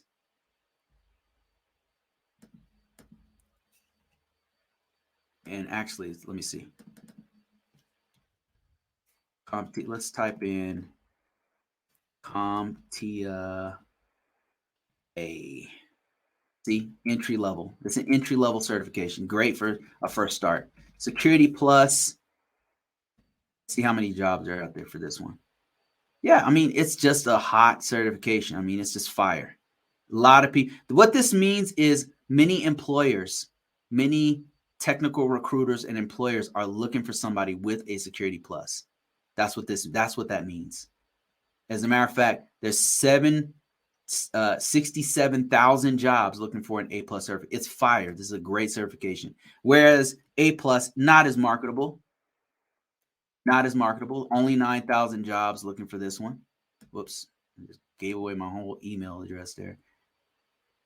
But yeah, so not as marketable as you can see. It's only 9,000 jobs, but that's still something. If you're just starting off and you don't, you can't get the Security Plus just yet, I would still say it was my first certification. There are jobs for it out there. I can't say the same for a Network Plus, but CompTIA A+, yeah. If it's your first certification, if you're just starting out, yeah, I would go for it. Let me see. Somebody asked me, would you say joining the Air Force to start your cybersecurity career is a good idea? I'm 21 and I'm doing exactly that. So I was about the same age when I went into the Air Force. And story time. Is it a good choice? Well, I can tell you this. I'm not telling my kids to go to the Air Force. They don't. The reason why, if they could, it's a great career choice. it launched my whole. I owe a lot to the military. First of all, before I shit on the military, I owe a lot to the military. I was proficient in 2 or 3 different careers I could have taken once I got out. I mean, the benefits are amazing. It's unmatched to this day. I've been out of the military for almost 20 years now, and the benefit, nothing I've done can even come close to the U.S. military's benefits. You pay attention to it. I know you're going to be like, they're going to drill it in your head, all the benefits, but I'm telling you, it's life-changing. Take advantage of as many benefits as you can. If you do use it, I got 2 degrees from the military. I got my certifications. I went in with I was a high school dropout. I know it doesn't look like it, but my background, you would not believe how hard it was. And I'm going to sit here and tell you what I went through, but I'm just going to tell you, like, I was a high school dropout. I was exposed to the worst 1980s drug infested streets. I can't even, like, it was so bad. You would not believe how bad it was. So I went into the military. I got 2 degrees. I got 3 certifications when I got out. I had experience doing IT. I had 3 years of experience doing IT, networking, firewalls, troubleshooting servers, troubleshooting laptops. I knew what I was doing when I got out. I knew Unix, Linux. I knew Word. I mean, Microsoft. I knew when I got out, I had a hands-on experience doing all that stuff. And then they have all these benefits that they'll teach you all about. So, and I traveled to like 14 different countries, something like that. So was it good? Yes, it changed the whole. I don't know that if I hadn't gone to the military, I don't know that. I just didn't have the support. I had to do it. I did not have a choice. I had a choice, but the choice was the streets. The choice was the streets. So I chose the military, and it changed my life. That being said,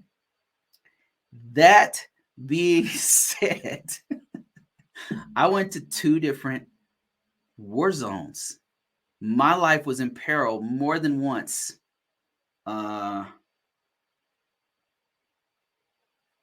It showed me a side of humanity that most people just see it on TV. Like, I experienced it firsthand. And when I was your age. And I don't know, man. I don't know what to say. Like, it was hard. I would not, like, I don't tell my kids to go in the military. I'd rather them. I got their back. I'm just going to help them out. You know what I mean? Like, it was. Now, granted, God willing, there'll be no wars or anything. But when I was in, there was 2. There was multiple wars when I was in. I went to 2. So, and I really can't complain. I mean, I was in the Air Force and saw a couple combat zones. I knew Marines and Army guys that's all they knew was combat zones. So I was really blessed, in that I didn't see as much action as they did. And some of those guys came back really messed up, man. So what I would say is, if you're going, yes, it's a good idea for a career. It's really good for your career. Just make sure you get something out of it. Some guys go in and they don't get. The military takes more out of them than what they were able to get out. And don't be that guy. If you go in, come out with a degree, come out with experience in something you want to do on the outside, and the Air Force gives you that opportunity. If cross train, like I went in as a cop because my ASVAB scores were too low. I had to retake the ASVAB and then cross train into something I wanted, which was computers. And I was able to do that. And the Air Force allows you to do that. So take full advantage, because they're going to take full advantage of you. So make sure when you get out, you take full advantage of, because they are going to, I mean, my body is destroyed because of the military. All right, let me see if we got any more questions here. A+ is a waste. I disagree. Agree to disagree. Let me see. Rhodes says, I'm going for an AS 2 years through, like you said, before certifications are quicker, and I'm using my GI Bill. Awesome. That's awesome. Yep. Associates is awesome. Any thoughts on, I don't know what the CIS Plus is.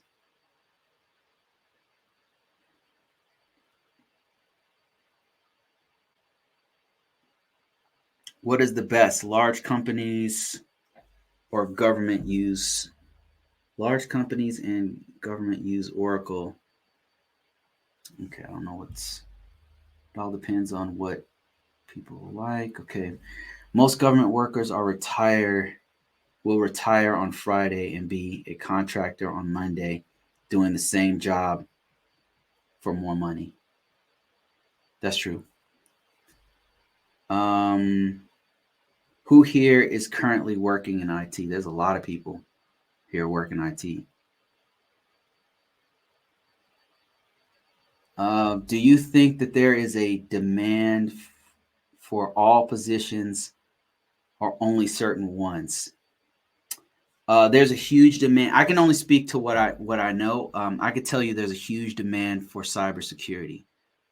Cybersecurity is huge, especially for critical industries like the government, critical infrastructure, state and federal governments.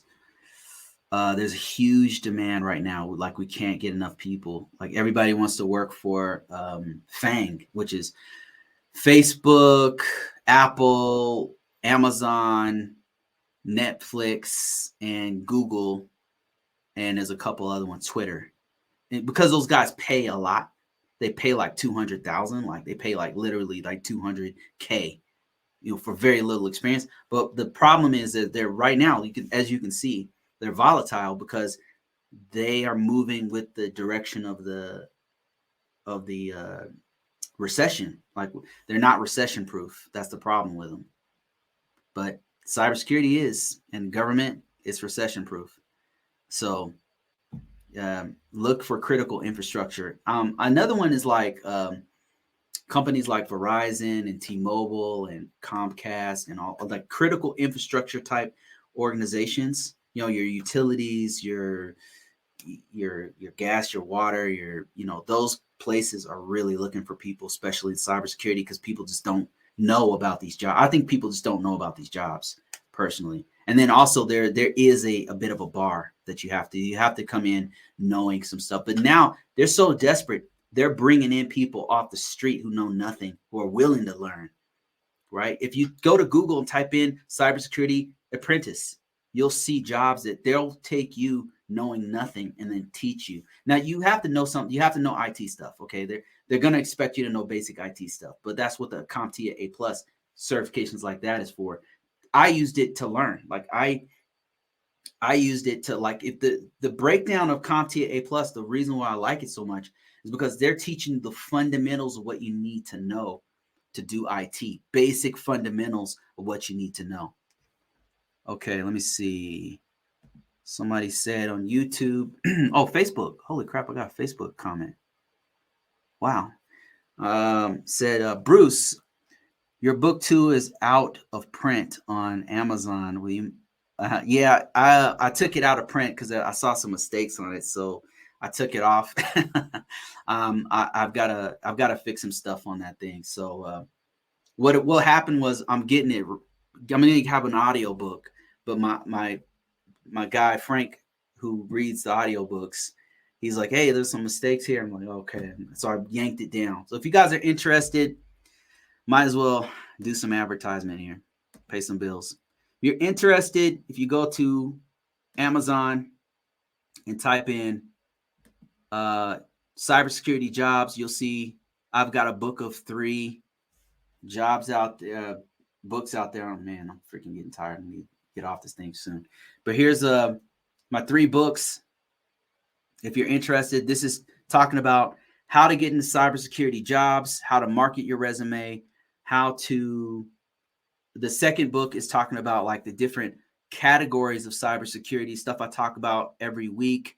About it's not just hacking, there's other categories, and I'm telling you like how to navigate those categories. And then of course I've got one for work from home. Like everything that I'm doing, I'm teaching you how to do in these books.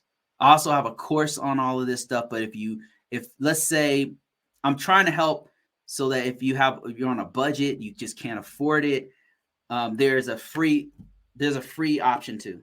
You can literally go to my site, and I have my literal resume. You can download it right now on Convocourses.com. Download the resume, and that'll tell you a lot of the stuff that you need to know if you just want to try it for yourself.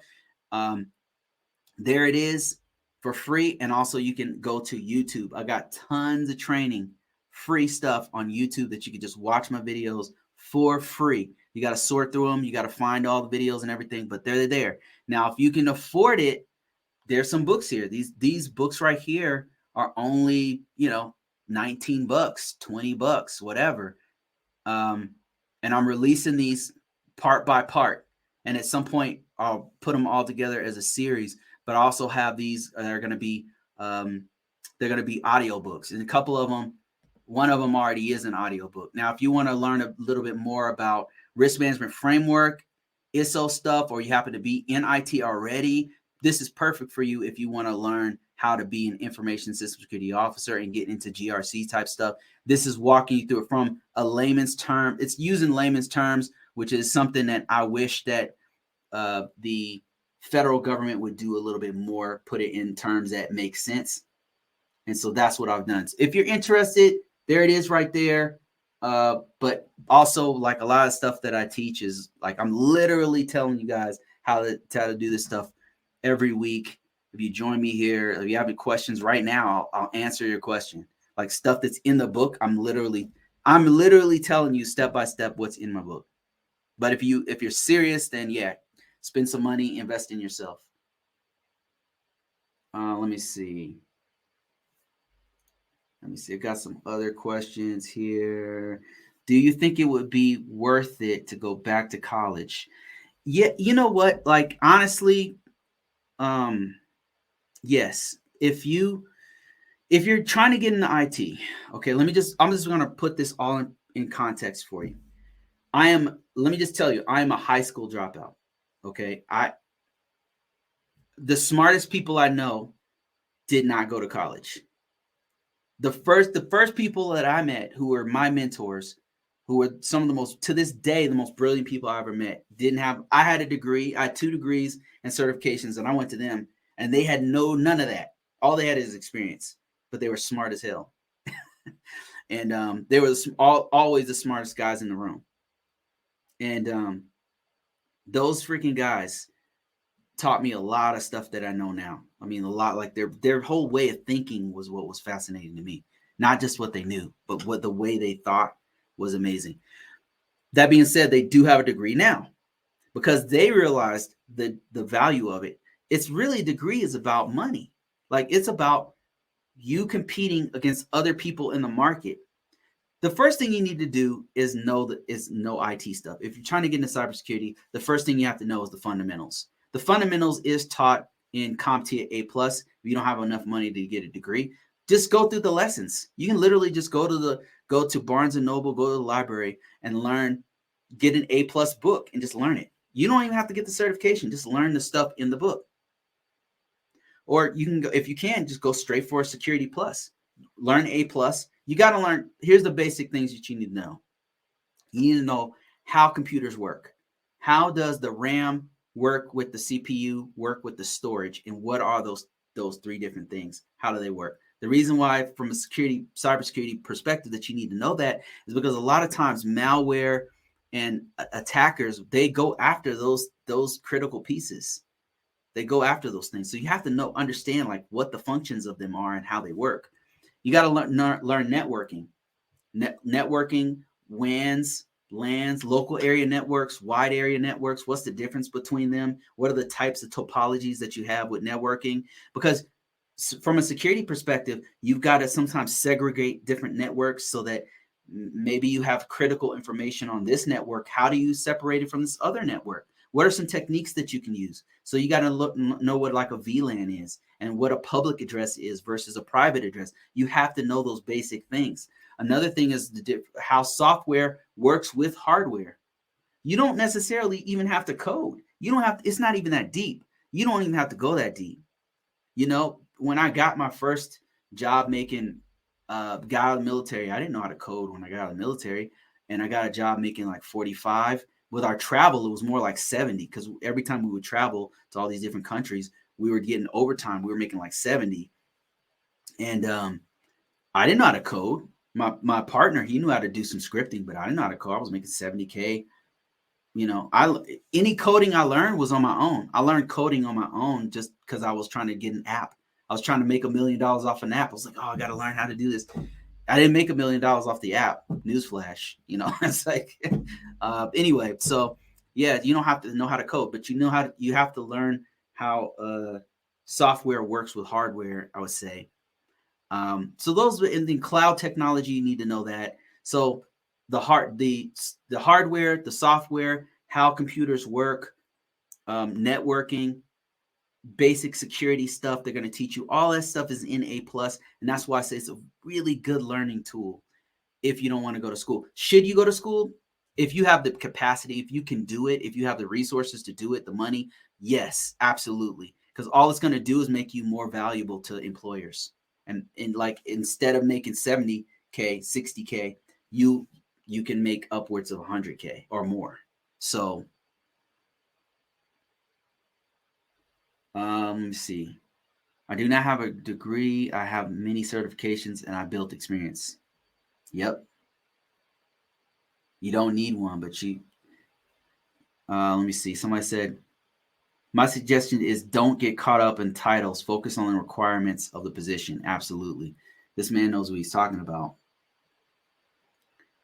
Public trust is different, mostly for private sector and state jobs. Yes, that's true. But when I worked with NASA, they actually had me do a public trust, public trust level 6. So some federal organizations do take public trust only. So like probably help me out here, guys. I've been working with other federal organizations, and instead of they don't need a top secret clearance. They don't need you to have a secret clearance. They only need you to have a public trust. So outside of the Department of Defense, outside the intelligence agencies, a lot of the other federal organizations, they just need a public trust. So public trust is, I had no idea because I've been working nothing but DOD for years until I started breaking away and doing private sector and working for the private sector and working for different parts of the U.S. government. So, and it's like public trust stuff. It's not clearances. What part of the country are you located? Colorado, Midwest.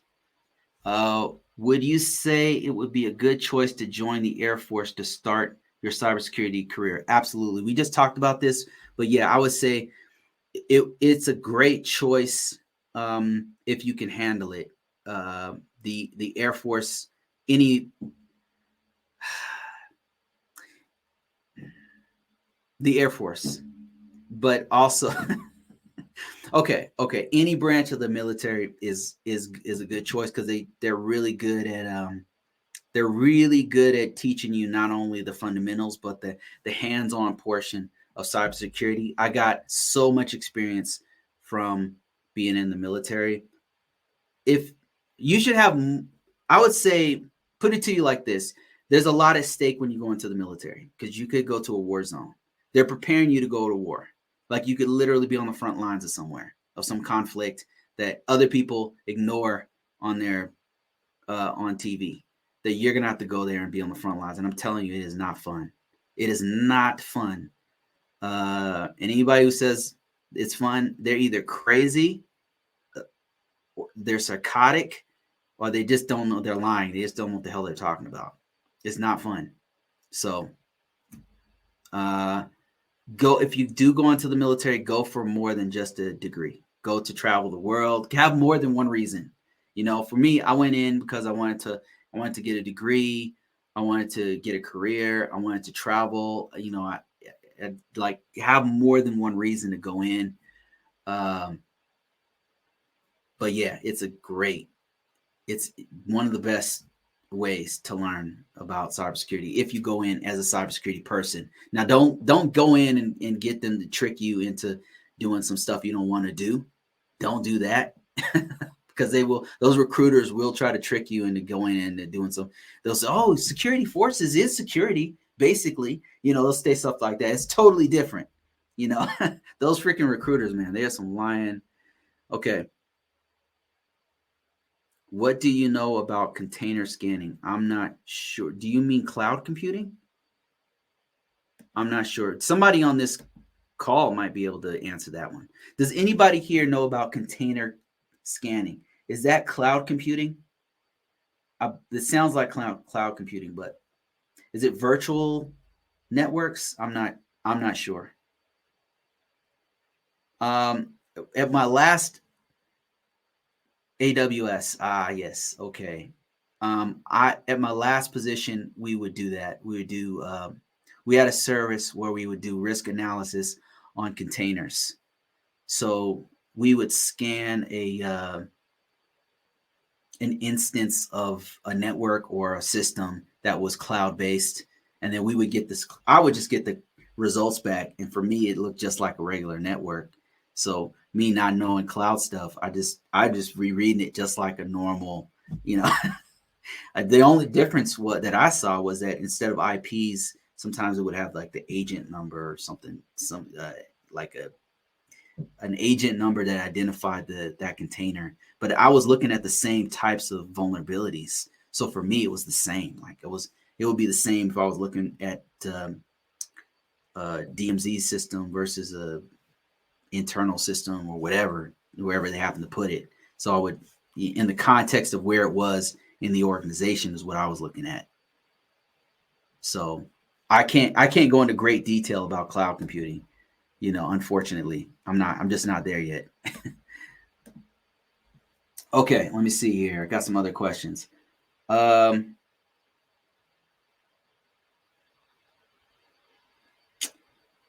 me see.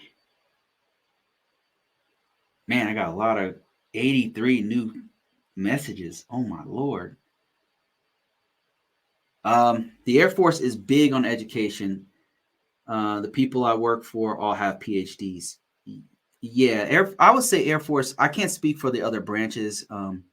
I did meet some really smart dudes in the Army, in the Marines, like, but they were all like really specialized. Like in the Army, the guys who were really, really specialized were like the what are they called?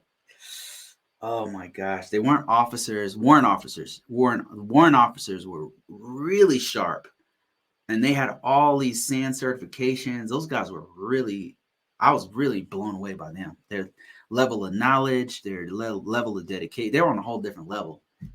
And then the other specialization, the Marines, they would have like one dude. The Marines were like the smartest dudes, but there weren't many of them. Like there would be one dude who they would have do everything. And that one dude knew everything. He could do DNS stuff. He was a master at scanning. He was like a cybersecurity guy. There's not many Marines. So whenever it seems like what would happen is they would have one dude or two dudes do everything. And so when that guy got out of the Marines, that dude knew everything. But there weren't many of them. So, but in the Air Force, you know, we have a whole career field and all of us have to do that stuff. So there were more of us technical people.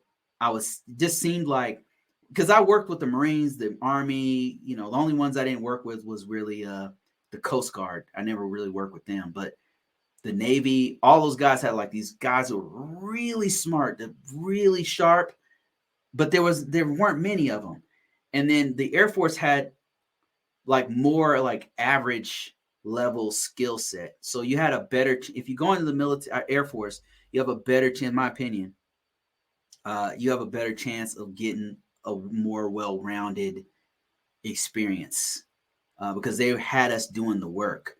You're not going to be that one dude who that you can drop behind the lines and do a network from scratch. You're not going to be MacGyver, but you're going to like the Army guys and the Marines guys will have one dude who's like a genius who could do everything. But we were like average technical dudes who were pretty well-rounded.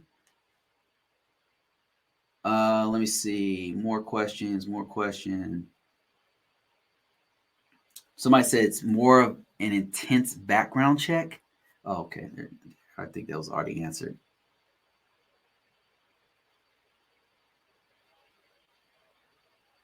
A+ may not be a waste for others, but basic knowledge for me. Yeah.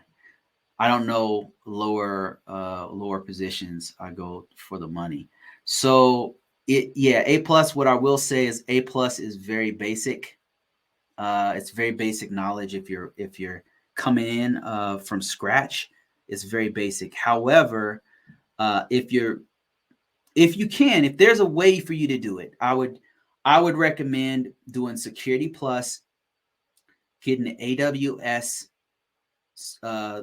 certification, and the reason why is because cloud pays really well. The Security Plus is highly marketable.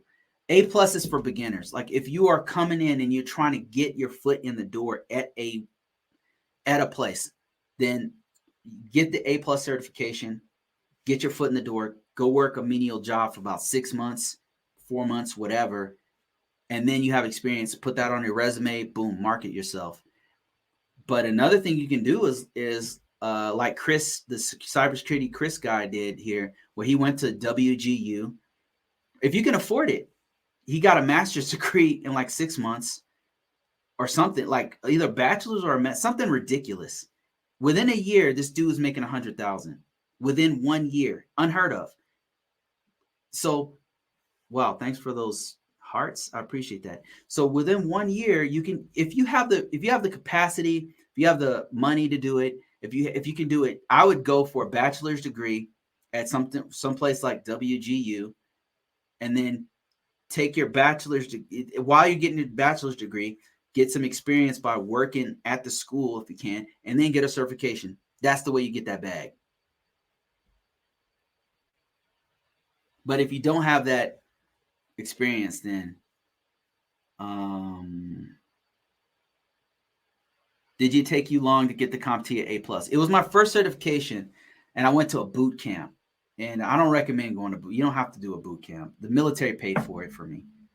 I don't recommend doing a boot camp on here. They're like $10,000 to do a boot camp or something. If you're gonna spend $10,000 on education, spend it on a degree. Don't spend it on a certification. I don't recommend boot camps.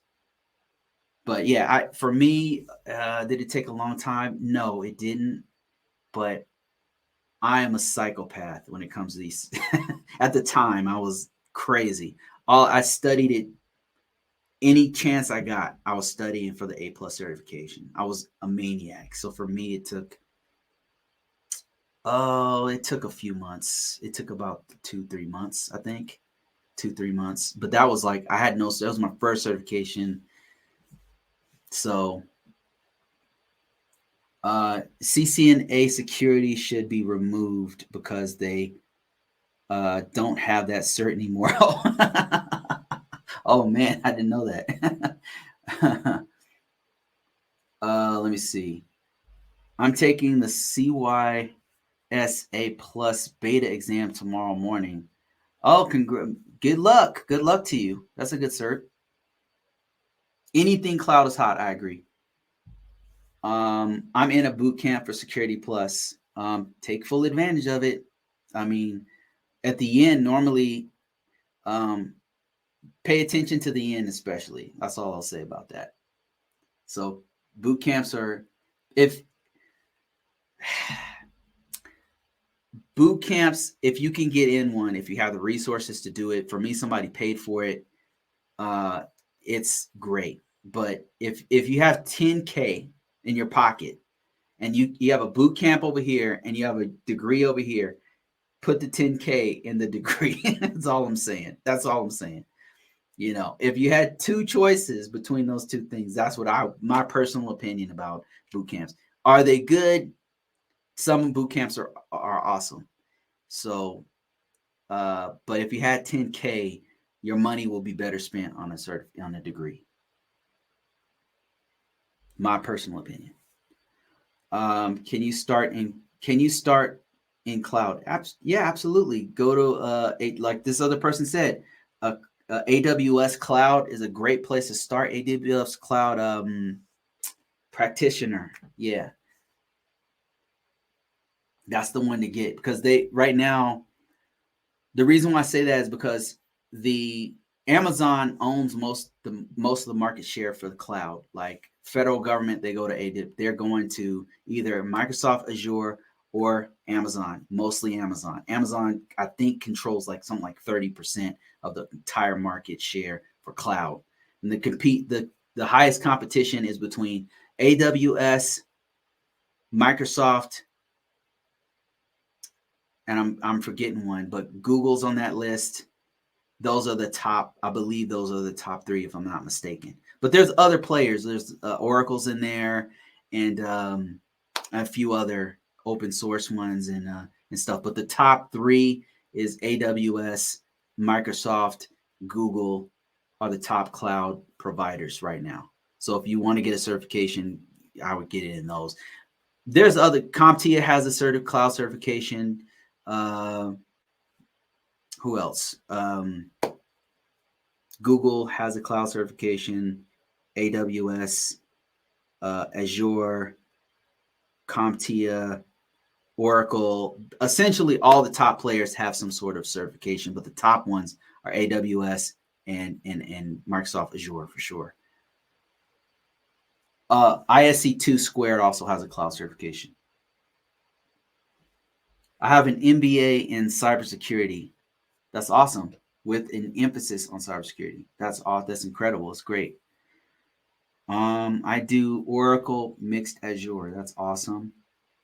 January, I'm taking the AWS Cloud Certification Practitioner. Man, congrats. I don't even have that one yet. But I really want to take that one. I'm studying for my AWS Solutions Architect Cloud Certification. That's awesome. Are you more interested in the design side or sales side? Talking to somebody else. Okay, let me see.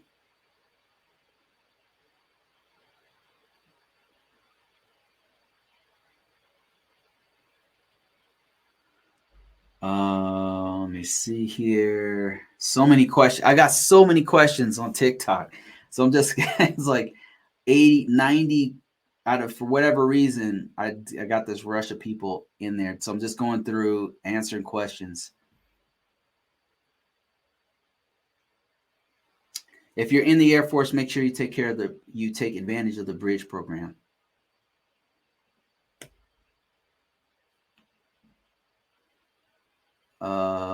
Whoa, I'm way behind on messages. All right. Let me see. Let me just go down to the bottom real quick. What boot camps do you recommend? I'm a social worker. You're social. I'm assuming you're a social worker trying to get into IT. And if you were to take a boot camp, which one do I recommend? I don't have any in particular I would recommend. Probably the hottest market. If you don't know anything about IT, you got to do basic IT first, is what I would recommend.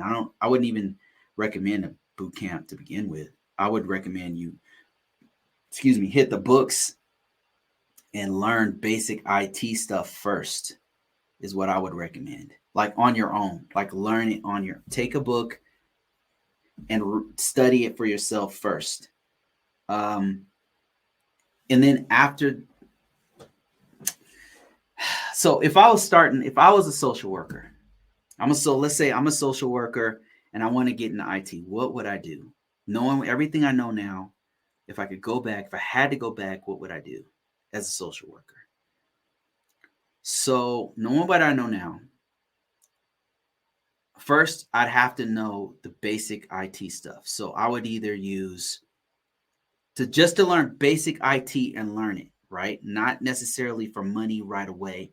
I would do either A+ certification or Google Support IT to learn the basic IT stuff. That's it. Because the breakdown of now, if I had the capacity and I had the money and the resources and the time frame to do it, college, university, WGU, that would be the best choice. But if I didn't, and I couldn't get that master's degree or bachelor's degree, and I didn't have the time or resources to do it, then I would go for certification. I would do the A+ certification just to learn. Maybe take the cert. You don't have to take it, but all you're doing is just going through the common body of knowledge that you need to pass the certification. So that's what I would do first. Then I would specialize in cloud. That's what I would do. I specialize in cloud. I would do the AWS cloud, practitioner. Fairly easy. It's cheap. It'll let me know if that's where I want to continue to go in that direction. And I'm specialized in something. And a lot of people are looking for somebody who is specialized in cloud.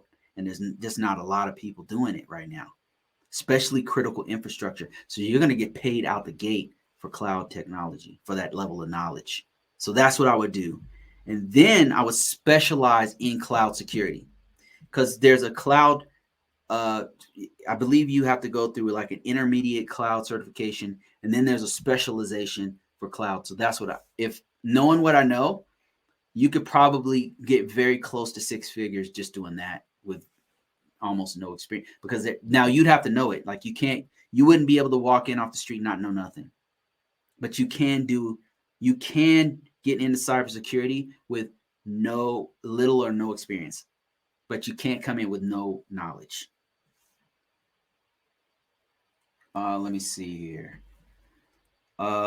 Network Plus, Security Plus, AZ900. That's the cert path I'm planning to go. Network Plus. Okay, so let me break down your path. Because I have some of your certifications. So Network Plus, number one, is good for learning basic network security stuff. Basic network stuff, not even security, just basic networking is not very useful for marketability. I'm just being honest with you. I have the Network Plus. It is my most, how can I put this tactfully? I was going to say, what I want to say is it's the most useless certification that I have, but I don't want to say that. What I want to say is it's not very marketable, but it's great for learning, for beginning learners. Security Plus is fire. Security Plus is fire. It's very marketable. Everybody knows what it is. Once you get it, you can put that on your resume and you're good. AZ900 is a great certification for cloud Azure. Great certification. If I'm not mistaken, that's what it is, right? AZ900. Yeah, that's Azure Cloud, I believe. So that's a really good certification path, actually. But I'm just trying to tell you, Network Plus isn't going to be marketable, but it's great for learning network stuff. Which cloud certification do you recommend? Like, where should I get them? Okay. All right. Let's go to the internet here. So let me show you my screen. So I'm assuming that if you're going for cloud stuff, you already have a basic knowledge of IT stuff, and you're just going directly for cloud. Okay. So what I'm going to do is I'm on Google. I'm going to type in AWS certification. You want to follow along. That's what I typed right there. AWS certification. And actually, let me share my screen over here. AWS certification, right? Skip all these ads. And you want to go here. AWS is Amazon. It's an Amazon cloud certification. Here it is right here. You've got scheduled exam, practice exam. You want to go to there. They've got like a breakdown of the fundamentals. But before I go there, let me just show you like what I meant by their a path here. So this is for beginners. And they kind of tell you what they expect you, what you're going to learn, you know, where you're going to go. And then they also tell you like what you need to know before you even start this. But it's just foundational. No prior experience needed. So some certifications require that you come in with experience, like 2-3 years of experience. So that's the great thing about this one right here. That's why I recommend it. Now, they're not saying you don't know any IT whatsoever. They're just saying, you know, you do need to know some IT stuff. And from here, you got these associates, and I don't know which one I would take here. Depends on what path you're going to go. But at some point, let me see, which one would you take next? Professional, I'm sorry. So you would go from here to here. From here to here. And you guys who are watching this, correct me if I'm wrong. Once I got one of these, you can get a specialization. And I would do security. This is your goal right here.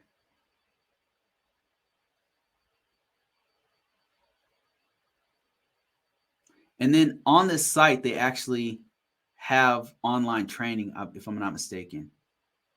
Let me go back. There is a certification path for this. AWS certification path. Let me just, I don't want to steer you wrong here. There's a certification path that I've seen before. Here it is right here. Is this it? Yeah, here we go right here. Check this out. So you'll start here, cloud practitioner. Okay, I was right the first time. Associate. You'll go to an associate, either developer. You don't have to do all of these. You'll take one of these paths. But one of them is going to lead you to these specializations. Or once you get to a certain level, then you want to specialize in security. This is what I would recommend. But maybe you get this far and you're like, nah, I want to do databases. I don't want to do data analytics or whatever. But you want to have some sort of specialty because a wise person once told me when I first got into this field, they said that you want to specialize. And he was absolutely right. So that dude, I was in the air, I was active duty at the time. I was thinking about getting out. And I asked his advice. He was a contractor. And he'd been doing contracting work for like 15 years. And I said, I'm about to get out. Like, what do you recommend I do? And he said, whatever you do, just specialize. And I said, well, what should I specialize in? He said, it doesn't matter. Just specialize in something. Don't be just a generalist because they don't make as much money. He was absolutely right. Specialize, find something and then specialize in it. And you can make cloud your specialty. Cloud security. Let me see. Wow, there's some really sharp people on here that are helping people out. That's really great, guys. That's awesome. That's really what's great about doing these lives. Cisco is great, but I remember it's specialized. However, it's a great foundation. I have so many comments. There's no way I'm going to be able to answer all these comments. God, man, this is amazing. Wow. Do you recommend data analytics? Okay. I'm going to be real with you. I don't know much about data analytics, but what I learned for writing my book, I wrote a book and part of security, one of the security control categories that I addressed, it addressed data analytics. So I had to do a little bit of research about it. And what I learned was that data analytics has a bunch of certs. You don't even have to have a cert for data analytics. That was what was amazing about it. And Google has some kind of a data analytics. Let me see if I can show you what I'm talking about here. Google has a data analytics course. There's a bunch of courses online, and then there's a whole market that's looking for data analytics. So that is actually awesome. I don't know how much these guys make, but let's see. Salary, that's not bad. That's not bad. And that's for my area. So my area is a little bit lower than the rest of the US. So Glassdoor, that's a fairly recent data on this. That's a data analytics person.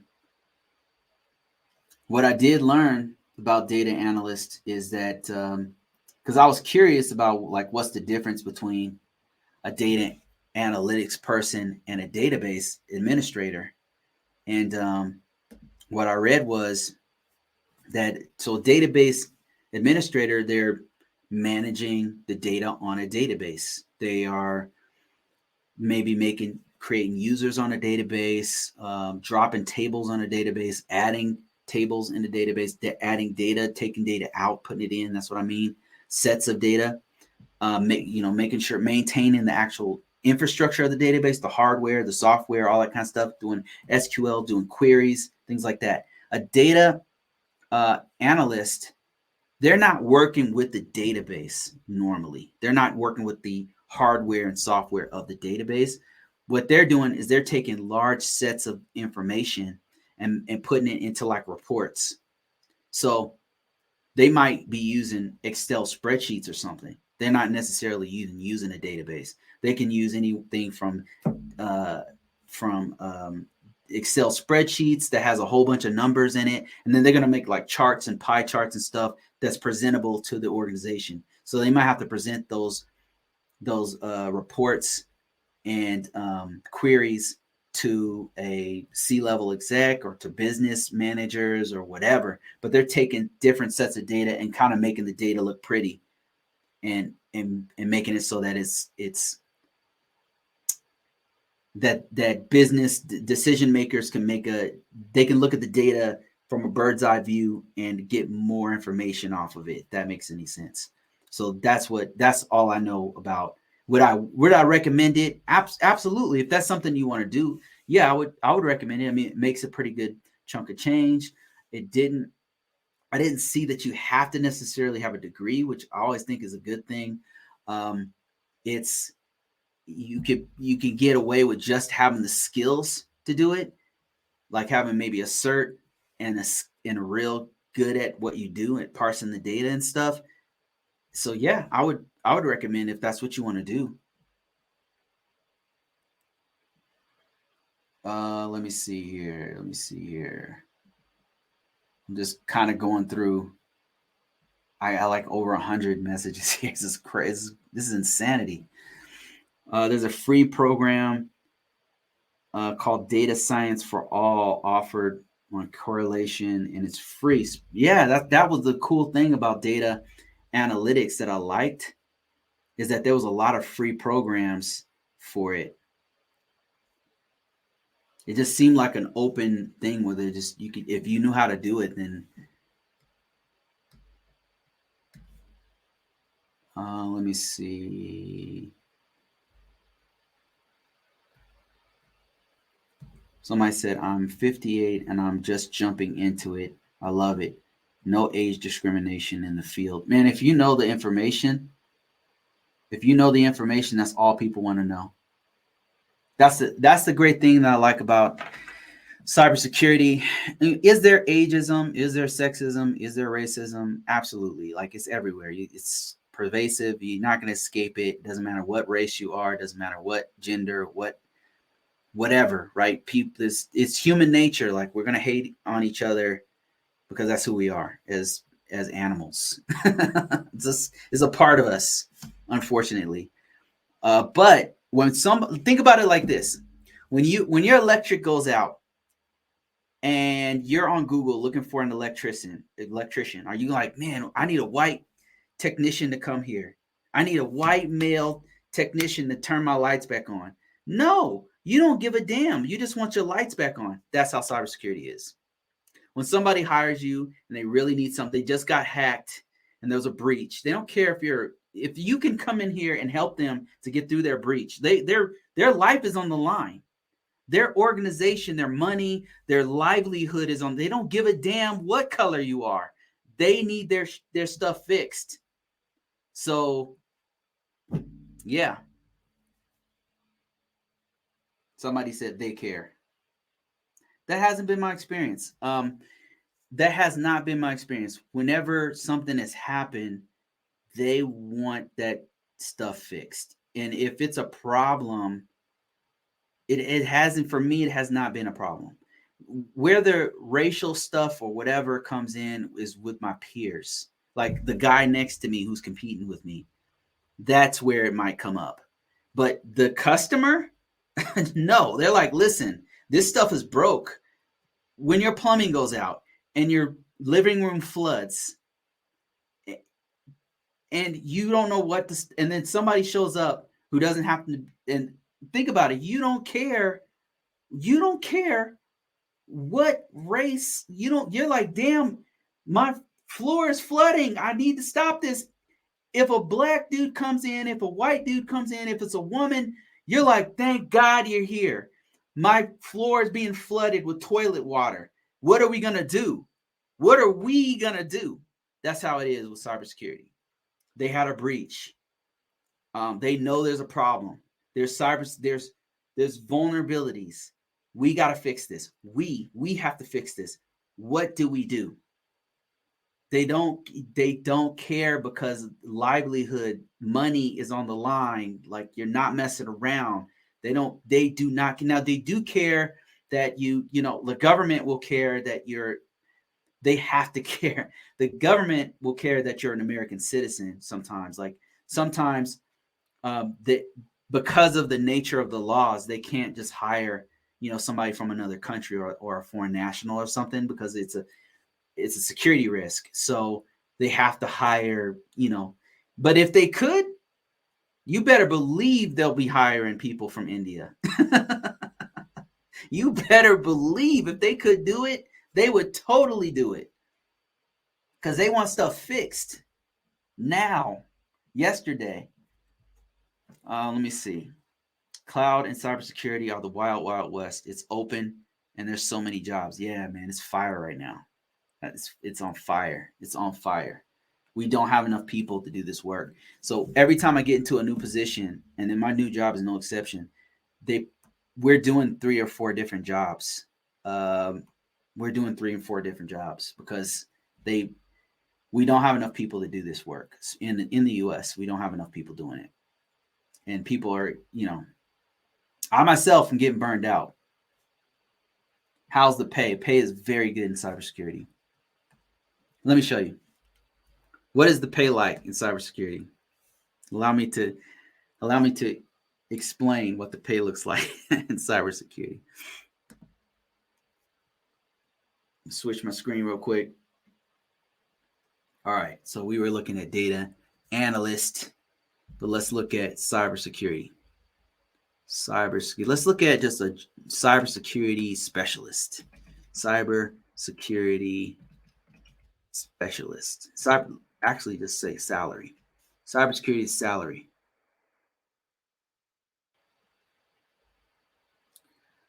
Cybersecurity salary. It depends on what state and what your job is. So architects make pretty good money. But let me see. 85, like, look at this. Information security analyst. Cybersecurity is a very big field, so we got to put something in here like cybersecurity specialist.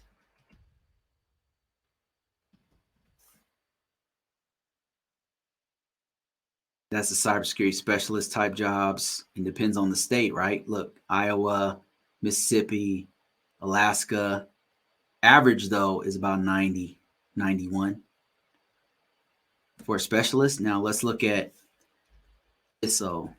That's an information system security officer. Boom. Booyah. Let's see. How about compliance officer? Compliance officer. If you are in the medical industry, this is a really good one for you because they need compliance people. 71. Here's a popular one. Cyber security analyst. People like typing that one in. Yeah, that's not bad. Arizona, 48 an hour yearly. Yeah, it's not bad. Not a bad gig. Not a bad gig. Definitely worth your time to look at it. And if you have the time, if you have the resources, if you want to get into this, definitely worth your time to look into it.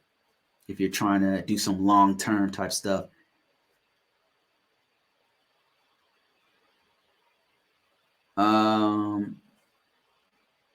Somebody said, can anyone learn how to do cybersecurity? Meaning you need to be good at math or coding. No, you don't. So, no, you don't. Like, that's the great thing about cybersecurity is that it's technical, but it's a field that a lot of people assume. One of the misconceptions is that you need a security clearance. You don't. Will they do a background check? Yes, but that doesn't mean you need a security clearance. A security clearance is separate from a cybersecurity job. Two separate things. You can have a security clearance and be a janitor service. You can have a security clearance and do any job, secretarial work. You know, a security clearance is just a very comprehensive background check to allow you to have access to certain classified information. A cybersecurity job is protecting the organization's information. So it's two different things. Another misconception is that you have to be a math whiz or know how to code or something. Also not true. So it's not true. Like, I'm living proof of it. I am not good at math. You know, I am not good at. I wish I was. You know, I could lie to you and say, oh yeah, I'm so good at. I'm not. I make over 100,000 and I'm not good at math. I'm just not. Coding, I barely know how to code. I have the patience to teach myself. I taught myself one time. I had to learn, which one was it? Swift? I don't know. I taught myself to code just to do an app. You remember when that app craze? Remember when Flappy Birds? People were making $1 million off of making one app. I was like, you know, there's gold in them there hills. So I started learning how to code so I could get an app out. So yeah, I mean, I know some code, but it has nothing to do with my job. Like, I haven't had to go to a job and know code. Like, there was a couple times when scripting would have helped me, but I didn't get a job. I did not get a job because I didn't know how to code with cybersecurity. Because cybersecurity is a very broad field. It's a very broad field. There are some parts of cybersecurity where you do need to code. Like, if you're doing app security, probably you need to know how to code a little bit. If you're doing, when I was a cybersecurity analyst, there was times when I needed to know certain scripting languages, but it wasn't like, it's not like you were writing a game. Like, you had to know little bits of code of scripting. But what I do, compliance, none, zero.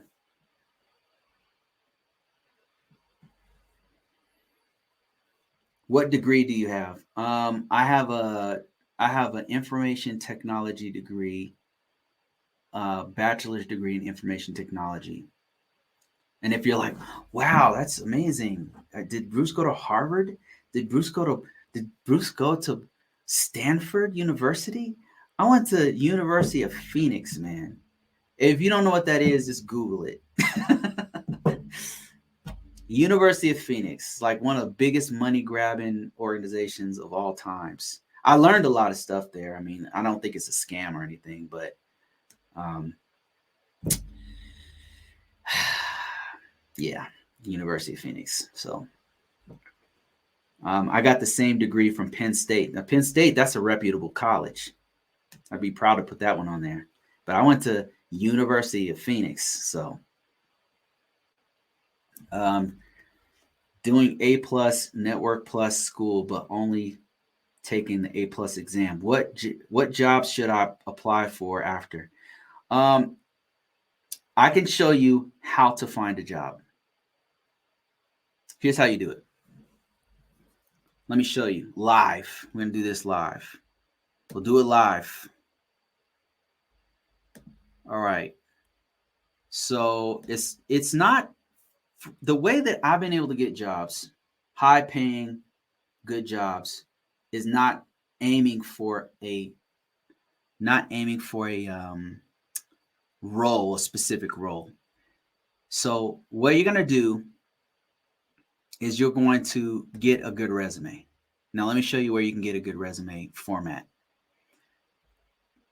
In my link description or my profile, you'll see a free resume, right? It'll take you straight there. But if you happen to be on the website, you'll go here. Now, I don't know how long I'm going to do this for free because, man, people really like this thing. So that means I have to pay. I probably should be charging for this. But for right now, it's free. This is the format you need for resumes. This is not the right one. I apologize. This is a $200 course. Okay, but you want free. So let's go free. My course walks you through all of this, by the way. And you can talk to me directly. Where is it? Oh, here it is right here. It's up top. Okay. Enroll for free. And then you can download the resume right here. It's an ATS style resume. What that means is it's application tracking software resume. And it's just a simplified breakdown of a resume that is very simple. Very, very simple. But what you want to do is fill that out. Put your certification on there. Put your experience in school. I would recommend if you even volunteer in the school to get some experience under your belt doing IT. Once you do that, once you get something on your resume, download my resume for an example of how you write it. You're going to go to LinkedIn. Actually, let's go to Indeed first. Indeed.com. Indeed, I think I typed in the wrong thing. Indeed.com. Indeed.com. You're going to upload your resume. So you're going to sign in or register, and then you're going to upload your resume to this site. All right. And you're not going to stop there. What you're also going to do is go to LinkedIn.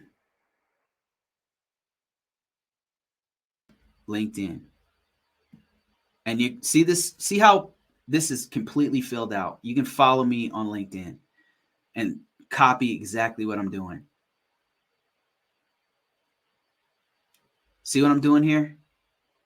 I have a profile picture. Even put the damn background here. Put some random background here. This thing's completely filled out. Completely. This top part, you want to fill this completely out. 100% of this thing. Now, you don't have to go crazy and put posts in there like I do. You don't have to do that. But what you do have to do is fill this thing out completely. All of your about section, your all of your work experience, everything. Fill it completely out. Now, if you don't have a lot of experience, it's fine. Just put your stuff in there. Put your skill sets in there. Put your oh man, some people recommend it. That's kind of cool. Put everything in here. Now, what you want to do, you don't want to stop there. What you really want to do is put it on at least 10 different places. This is how you do it. Put it on at least 10 different job sites. Put it on dice.com, monster.com is a really good one. ZipRecruiter, 10. Find 10 of them and do that same thing on all of them. Even as a student, you can literally do this right now. as a student, you could be doing this with your blank ass resume, ATS style. The reason why it's ATS style is because when you upload your resume, some of these sites like LinkedIn is going to fill out some of it for you. It does a lot of the work for you. That being said, you still have to fill out the rest of the profile. You want to fill that out as much as possible. What happens is once you do this is that the algorithm that's in LinkedIn, that's in Dice, that's in Monster, that's in all ZipRecruiter, all these other ones, it will literally start to match you up with certain jobs. It'll start to match you up with jobs. Even if you have little to no experience, it'll match you up with help desk, low technical jobs. It'll match you up with those. You don't want to stop there. Then what you want to do is start applying for jobs that you're qualified for. This is how I've been able to do. I tell people this, and I don't know how many people are listening to me, but I'm telling you, my life is different because I do the things I'm telling you to do. The biggest course that I have on my site is Risk Management Framework. I sell so many of those over the years. I've sold so many Risk Management Framework. I think it's cool because the way I teach it, and not many people are teaching it for as low of a cost. But the best course that I have is the one I just showed you, because my life is different.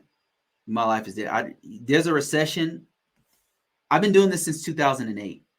And during 2008, I was doing this. I always had a job. I'm not, my work, my job is not affected by the recession. That's how good this thing works. What I just told you works. Put your resume on every platform that you can think of. And then that's how you market yourself. Now you need to have keywords on there, like a lot of times IT people come to me and they're like, "Hey Bruce, like I've been working this job for 10 years. I'm in the Denver, I'm in the Maryland, DC area. It pays so high, but I'm only making 40. Like I'm trying to level up." I'm like, "Man, it's your resume." "What do you mean? I have a resume. It's got 3 pages on it." And I'll take a look at the resume. There's no security stuff on it. They want a security job, a cybersecurity job, but there's no cybersecurity stuff on it. If you want a cybersecurity job, you have to put the cybersecurity best practices on there. Now, if you've been doing IT for some time, you've done cybersecurity. It's not all hacking. Newsflash, cybersecurity, everybody, cybersecurity is not just hacking. Cybersecurity is updating patches. Cybersecurity is updating virus definitions, basic stuff. Cybersecurity is looking at the logs, the audit logs that are on, turning the audit logs on. Cybersecurity is putting the security features on the system. Like, if you ever set up a laptop in your organization and you had to turn on security features, you had to turn on the host-based firewall, you had to turn on you had to make accounts, all that stuff, cybersecurity. You just got to put it on your resume. If it's not on your resume, they're not going to know that you have done cybersecurity. Once you put all that stuff on your resume, upload it on all those places. And then what you do, once you've uploaded on all those places, start applying for jobs all over the place. That's what I've done, and it's worked. I've not been without a job. Okay, someone said, starting a junior information assurance job with the Department of Defense next week. Started in an IT role to get my foot in the door. This is a smart man right here. Leveled up because of your content. Whoa. From one vet to another. Thank you. Wow. Thanks, man. You're going to make me cry, man. I thought it was a question. I appreciate that, man. Thanks for the message. I appreciate that. It means a lot. So yeah, this guy just said exactly what I'm telling you to do. Especially if you're already in IT and you want to level up, cybersecurity specialization pays way more than IT. When I first got out of the military, all I wanted to do was like some hardcore Unix. I wanted to be a Unix guy, or I wanted to like be a pen tester. I wanted to do all this fancy stuff. And I did that, but they are only paying me like 45, which is great for some people. Okay. That's if you make 45, I'm not trying to, that's great. But I was like, really, I wanted to stay there because I was learning a lot of things. I had a lot of fun, but the organization wasn't very good. So what I did, so the organization wasn't that good. So I left. I put my resume out there as a cybersecurity person, as a risk management framework person. So I put it out there and immediately made 15% more. Like I went from 45 a year. Now with our travel, we were making like 70 or something, but the travel was a lot and I had a little kid. So it was like, this is too much. So I left that job, went to a cybersecurity job, instantly 15% more. And then when I got the certification that they wanted me to get a CISSP. And I was like, damn, they wanted me to get it within a year. I did it. I did it within a year and a half, 2 years, something like that. And after that, man, after that, like just start leveling up. So start off with just normal IT, basic stuff. You got to put your cybersecurity experiences on your resume, then just post it everywhere.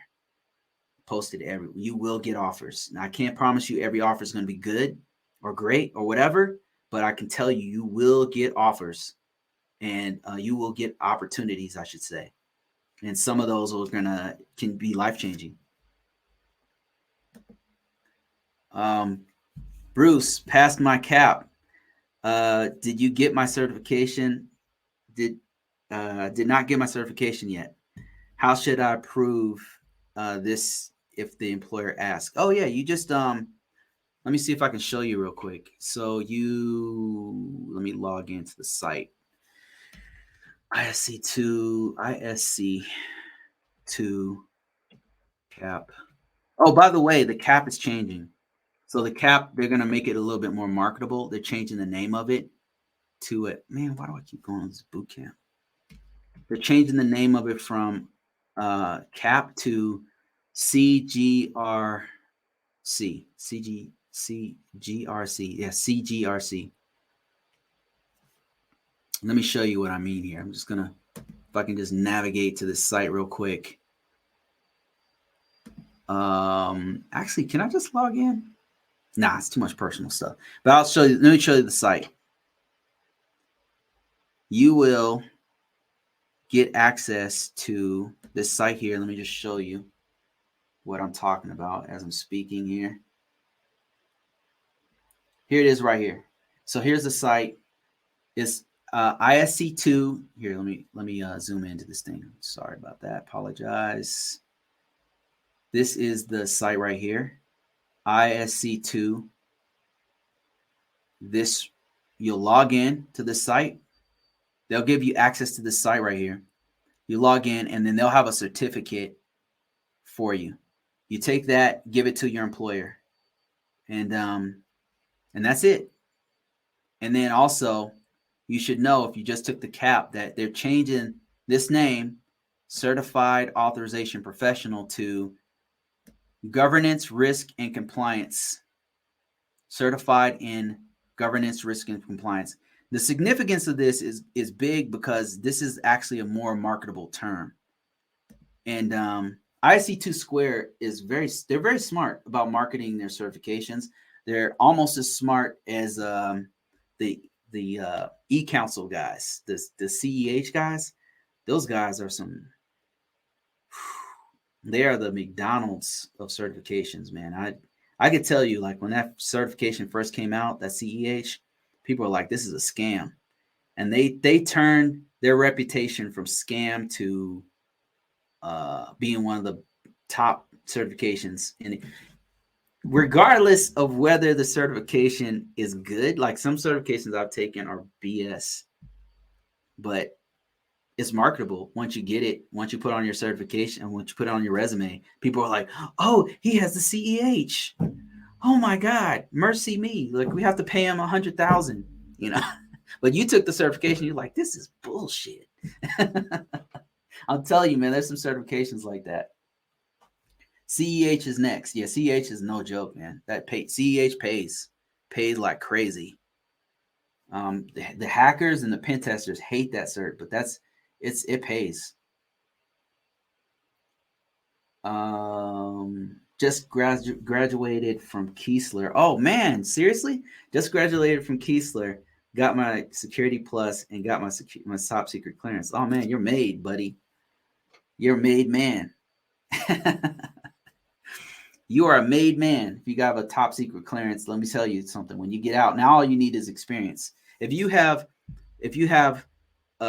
Security Plus and you have a top secret clearance and you've got yourself about 6 months of experience in the career field doing IT stuff, security stuff in particular, and you put that on your resume, when you get out, by the time you get out, you can make 6 figures. I'm an RN. Which one is best for me? Okay.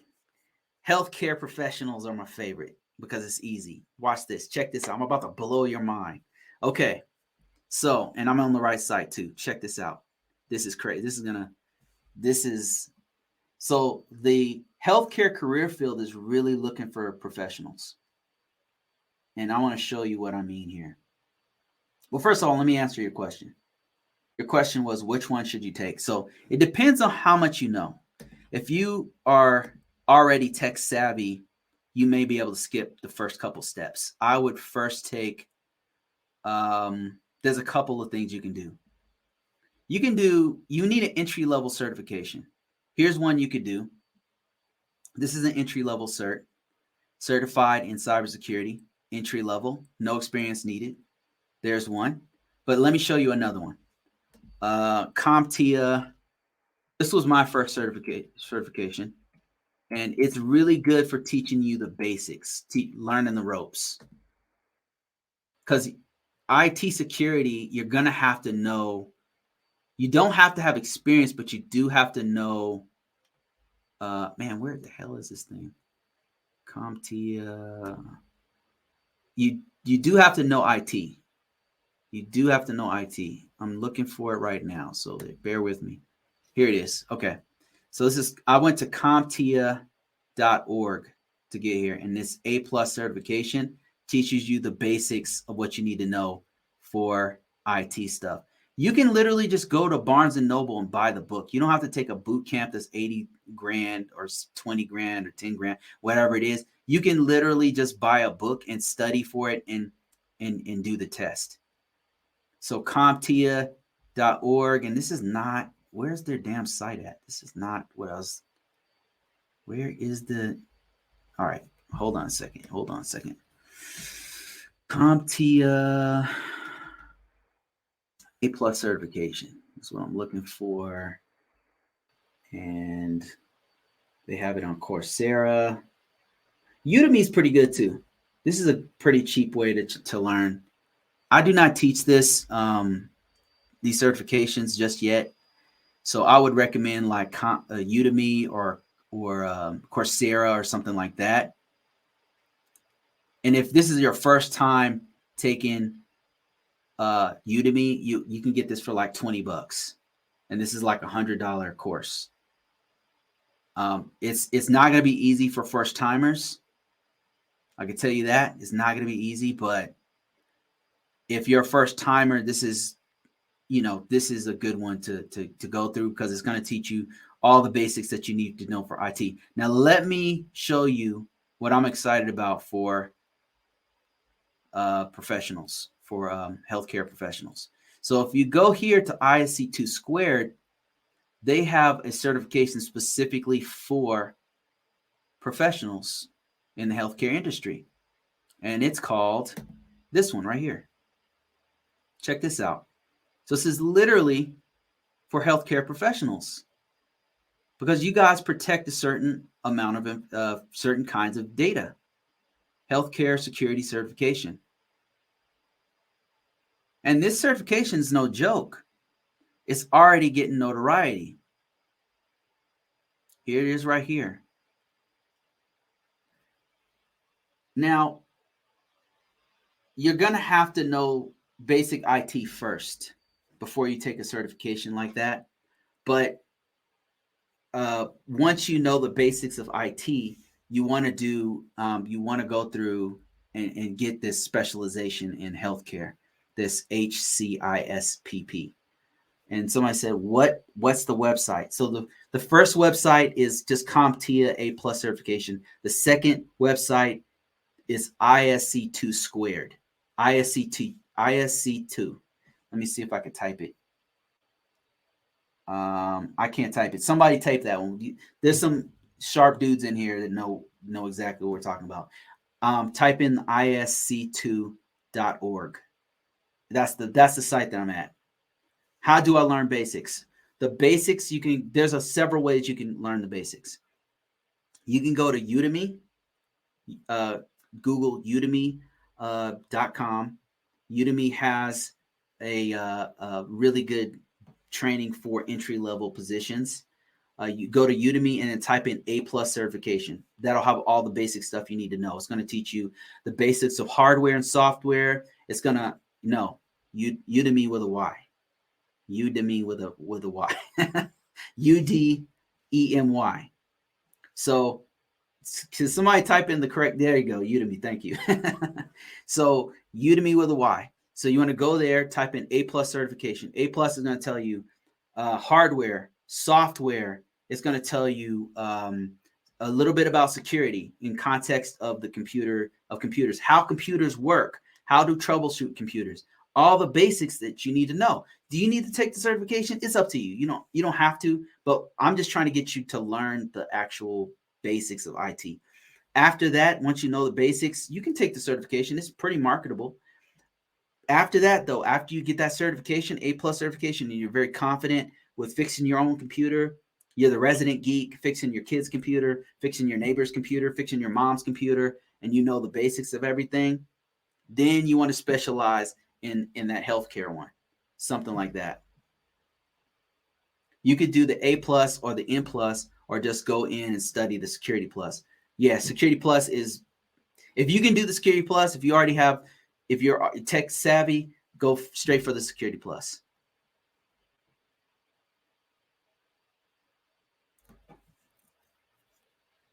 I don't have $100 for the course. Yeah, so with Udemy, if it's your first time, it's only like $20.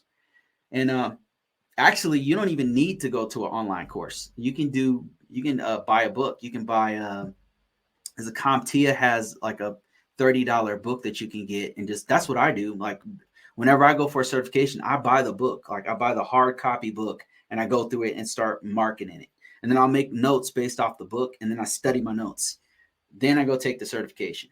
I don't really do, like, videos are cool, but for me personally, the book works better for me personally when I'm studying by myself.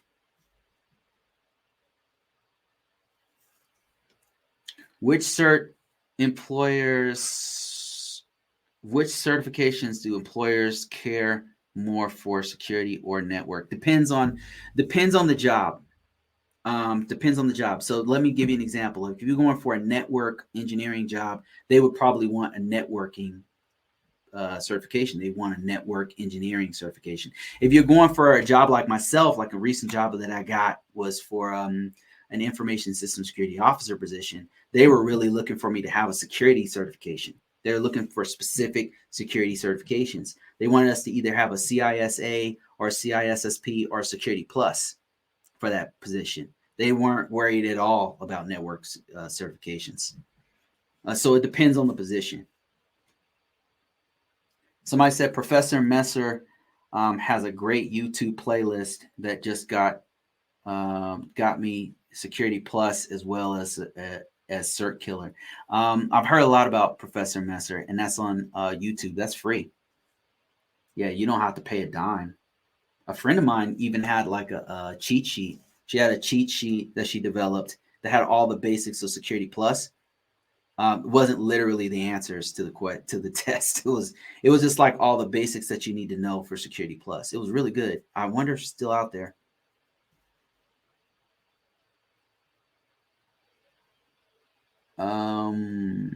What do you think about the recent mass tech layoffs? Oh, I could speak on this one. So what do I think? The question is, what do I think about the mass tech layoffs? So it's mostly happening in FANG, and FANG stands for Facebook, Apple, Amazon, Netflix, and Google. And then I would throw Twitter in there. So all those guys pay a lot of money.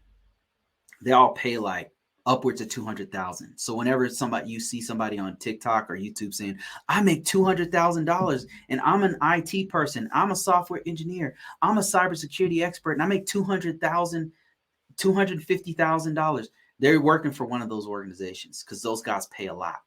But however, comma, you got stuff like this. The recession's not doing too good, so their stocks are not too great. So there's a couple things happening all at once. They're having like a jackpot moment. Several things, apocalyptic things are happening. Apocalypse 1, poor management. So Zuckerberg is changing Facebook to metaverse and is spending billions of dollars to put everything into this dream of having everybody have a visor over their face. It could happen, maybe. They'll be the first ones in the gate. If it works, something good's going to come out of it. I don't know what, but something's good's going to come out of it. But in the meantime, he's had to lay off like 11,000 people. And then Twitter, you already know, Elon Musk. Like Elon Musk, what he does is he's if you look at his track record, if you look at what he did with Tesla, if you look at what he did with SpaceX, he breaks the crap out of the system. He'll blow stuff up over and over again until he gets things right. And that's exactly what he's doing with Twitter. He just breaks the crap out of it over and over and over again until they get it right. And that's what he's doing. He just gets in there. He's got so much hubris. He's a real smart dude. Gets in there, breaks the crap out of everything. He doesn't give a damn about money because he's one of the richest people in the world. So just break the crap out. And that's what's happening. And as a result, you got like 3,000 people getting laid off. He doesn't care about humans. So there you go. And then you got the recession, which is hitting the stocks of Amazon is starting to automate everything. Google is laying people off. Like all these big tech, it's just part of the economy. So what do I think about it? Like I still think there's opportunities out there, but they're just not in the FANG. They're just not in FANG. They're in infrastructure. They're in the Department of Defense. They're in the Department of Labor. They're in USDA. They're in critical infrastructure for the state and local government, but also for the federal government. We need people. So all those people, all you guys who are in FANG or who are making $250,000, there's so many jobs out here. Now it's not going to pay $250,000. It's not going to pay it's not like that. But are there jobs? Yes, absolutely. There's so many jobs for the government, for critical infrastructure, for the telecoms. You need people to do cybersecurity, to do networking, network engineering, to do all the stuff you do in the big four. You need them also in the rest of the industries. The big four being, well, I guess it's more than four, but Facebook, Apple, Amazon, network, Google, tech, Twitter, all those guys. Yeah. They're affected directly by the stocks. And if stocks aren't doing well, like Facebook and Twitter, because they're flipping the whole damn thing over to do something totally different, or if the economy's not good, stocks aren't good, business isn't good, they got to lay people off. That's what's happening. But are there still jobs? Yeah, there's still jobs out there. They're just not in those top. He cares about people at large scale. Example, electric cars, space colonization. Yeah, I think he's willing to break a few eggs, is what I meant. Yeah, he's if you want an omelet, you got to break a few eggs. So that means some of his cars are going to crash and people are going to die. That means that some of the aircraft's going to blow up. That's like, got to break a few eggs. That's what I mean. Large scale, like he's thinking hundreds of years in. He's not thinking, about your life, is what I mean. Like your life, he doesn't care about. He doesn't care about your life. He cares about all of humanity's life, I guess I should say. But state and local government way pay way below the experience of infrastructure and security professionals. Well, perhaps, but what if you worked from home part-time and you made 100,000, and then you worked another part-time job making the same amount? That's something you could do in theory. Another thing is you don't want to work directly for the state. Another option to make more money is to work for the contracting organizations that work for the state. If you work directly for the state or local government, you're right. They don't pay very much.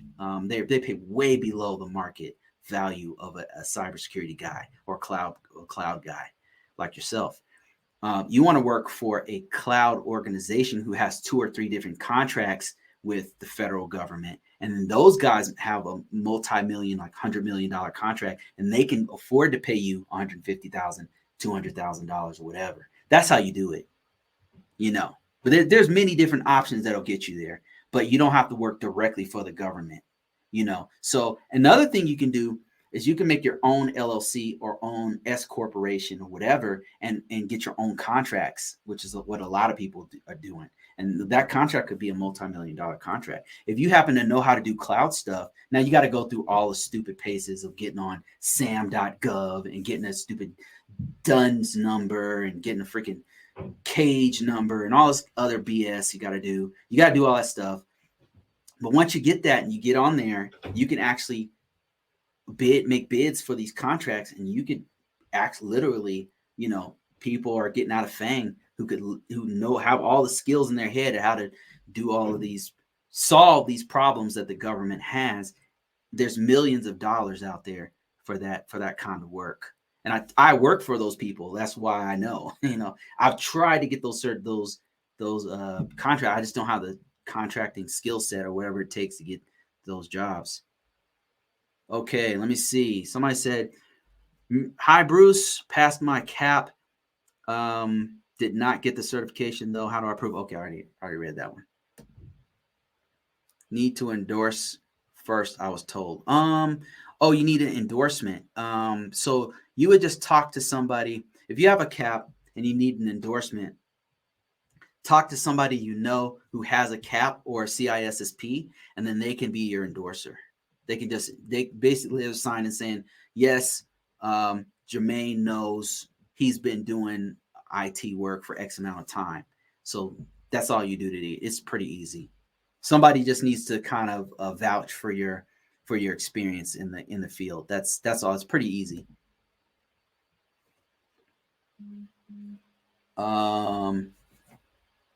Let me see.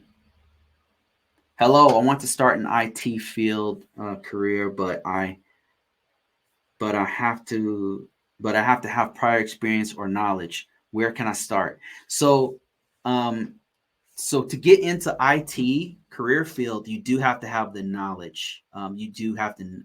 I would recommend knowing a little something. Take an entry level certification. If you can't go get a degree, right? If that's not an option for you, you don't have the resources for it. You just don't want to spend the money because it's highway robbery. I understand. I totally understand.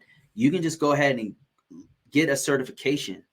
Certifications that I would recommend: CompTIA A+ is a good entry level certification. Another one would be Google Support IT, entry level certification. It's letting you know the common body of knowledge that you need to know to get into this field, to the basic things that you need to know.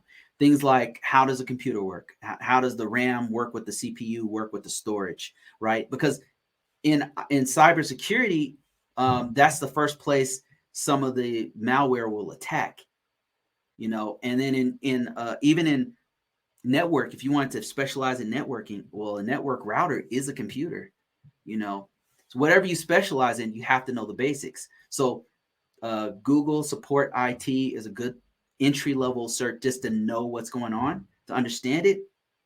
Another, it's not going to make you $100,000 like these guys are saying. Like all these ads are saying, oh, it's going to make you $100,000 as soon as you know. Absolutely not. No, nobody's going to pay you $100,000 for entry-level certification. Unless you have, okay, there's caveats. If you have a top secret clearance and live in Maryland, maybe, maybe. But nobody's paying $100K for just the entry level and you don't know anything. So experience is king here. Experience is what they really want. It's what they really pay for. IT certifications is just a check mark saying that this guy knows what they're talking about, or this guy knows a certain level of knowledge, or this person has some experience. That's all a certification does. That being said, it is a great way to get your foot in the door. It's a great way to learn the information. That's how I learned. I was in the military at the time, and I went to a school, but the A+ certification broke it down in such a way that I had a comprehensive knowledge of how, not only how to fix them, but how to speak the language of an IT person. So my first move as an entry-level person would be to get an entry-level certification. I would recommend, if you know nothing at all, A+ certification, Google CompTIA A+, CompTIA Security Plus if you can handle it. Google Support IT as an entry-level cert. Once you get those once you understand what's going on with those, or you pass those certs or one of those certs, go for a entry-level cloud certification because it pays a lot. AWS practitioner doesn't require any experience. But once you get that on your belt, man, so many employers are looking for that right now. Just basic knowledge they're looking for, because it's the wild, wild west, like somebody said on here, to get into cloud technology. Are you experienced in cybersecurity? Sorry if I was answered, or if it was answered already. Yes. So the main thing I do is cybersecurity. I do cybersecurity compliance. So there's many different levels and layers and categories of cybersecurity. It's not just pen testing. It's not just hacking. The part that I do is called compliance. And so that's my specialty. Now, have I done other things? Yeah, I did cybersecurity analyst work. One time I was doing network engineering. I did many different parts, but the one that I'm really deep on is cybersecurity compliance. That's my specialty.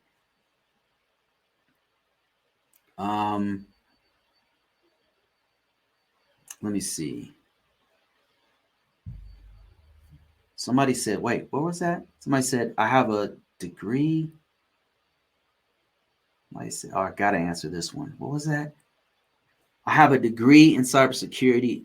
I have a degree in cyber and a security plus not getting looked at. It's your resume. Seth, I want to ask you a question. How many years of experience do you have? And where's your resume posted at? Because I know the problem. Several people have said this to me. If you have a degree, you have a security plus, then what you need to do is put that on your resume. Now, if you have any experience whatsoever, you got to put that on your resume. And then you need to advertise your resume. You need to market the crap out of your resume. Put it everywhere. Put it on LinkedIn. Put it on Indeed.com. Put it on Monster, on Dice, on Career Builder. Put it on at least 10 places. Put it everywhere. You also need to put keywords on your resume, keywords of cybersecurity stuff that you have done. Now, if you have no experience at all, but you have a security plus and you have a cybersecurity or any kind of certification degree, any kind of degree, or a security and a security plus, what I would do is I would look for entry-level positions. I would look for entry-level positions doing help desk. Entry-level. You can just go to Indeed.com, type in help desk entry-level. You'll find jobs there. They don't pay a lot, but what you want to do is get your experience so that you can put it on your resume. Another thing you can do is look for what's called apprenticeships. Again, go to Google, type in apprenticeships, boom. Let me see here. Tom the Cloud Guy says A+ is great for foundational knowledge. I agree with that. Temporary work, yes, is in like help desk or system admin roles. This guy knows what he's talking about.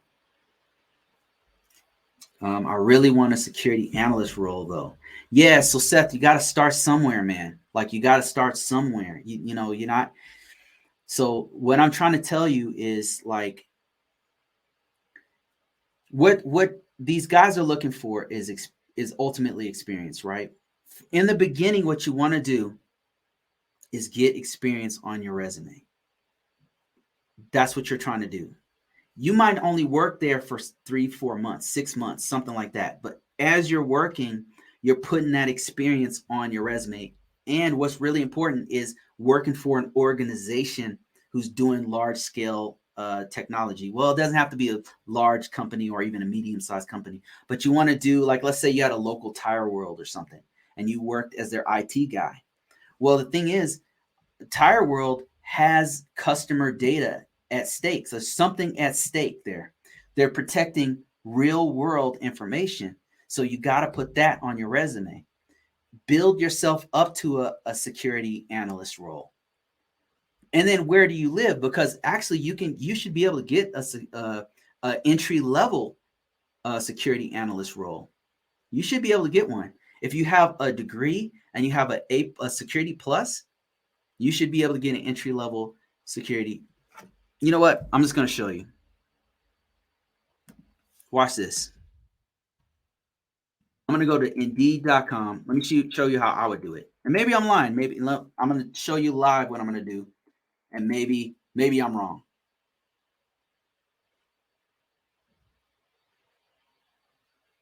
All right. Let me see if I can show this.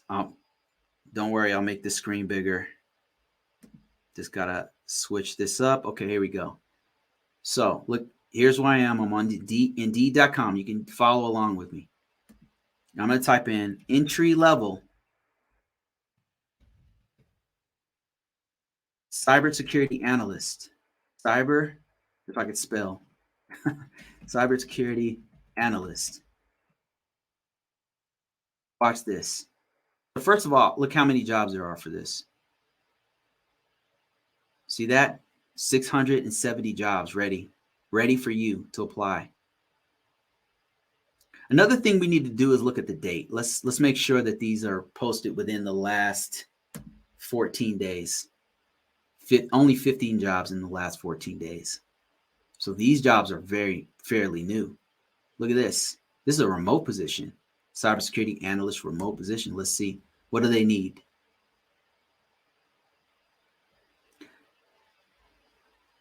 Remote position. You want to focus on the responsibilities and the requirements is what you really want to focus on. Now, I don't know if you match these requirements or the job description, or if you feel like you could do this stuff, but this is kind of the search you want to do. Look at this. They're looking for a knowledge in NIST, CMMC, security frameworks. Now, entry-level positions, a lot of times, it seems deceptive. They're not looking for somebody who has zero experience. And this is why I say your next step is to get that experience. But let's look at this one here. Governance, but you didn't really want this one, even though it says analyst. So let's keep going. Entry-level cybersecurity. Let's look at this one right here. This is what I would do if I were you. Look for these entry-level positions. Look at this.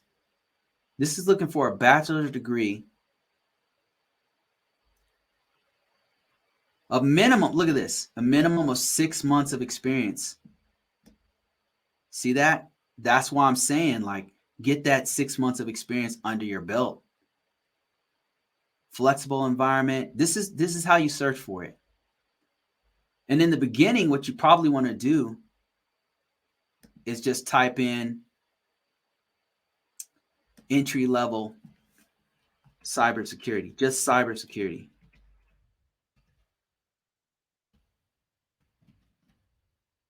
It's cybersecurity, because this is going to have way more jobs available to you. Let's make sure that these are only within the last 14 days. Okay, that's still 200 jobs. And then if you've already put your resume up, you can click this right here, and instantly your stuff is submitted to them with everything that they need. And here's another one, easy apply. See, I don't know why that came up, but information security analyst program. You just want to go through these and find the one that there's so many jobs that are entry level in Colorado, but it's remote. You got to look for what are they looking for. Sometimes what you can do, like let's say you don't know what SOX is, research it. You don't know what PCI is, research it. Because sometimes they just want you to know what it is.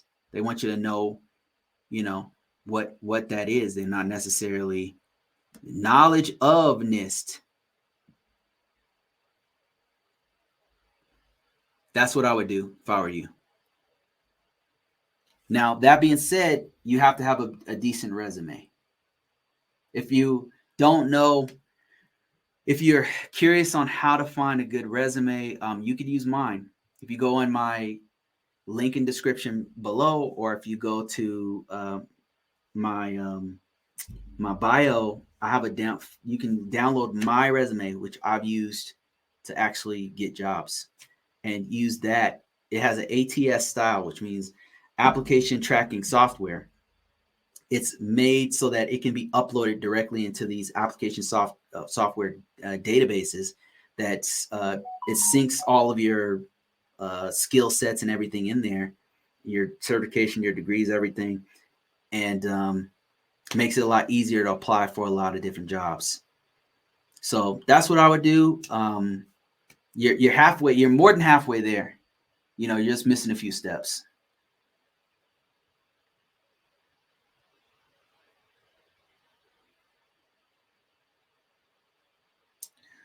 All right, guys. I got so many questions here.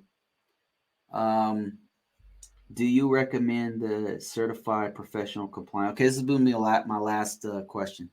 Do you recommend the certified professional compliance officer for a nurse?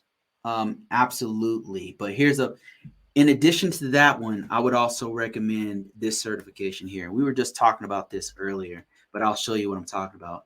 It's from ISC2 squared, and it's called HCISPP. Now, the reason why I recommend this one is because it's actually very marketable, and the ISC2 squared is one of the top certification organizations out there. This one right here is a real good certification to get.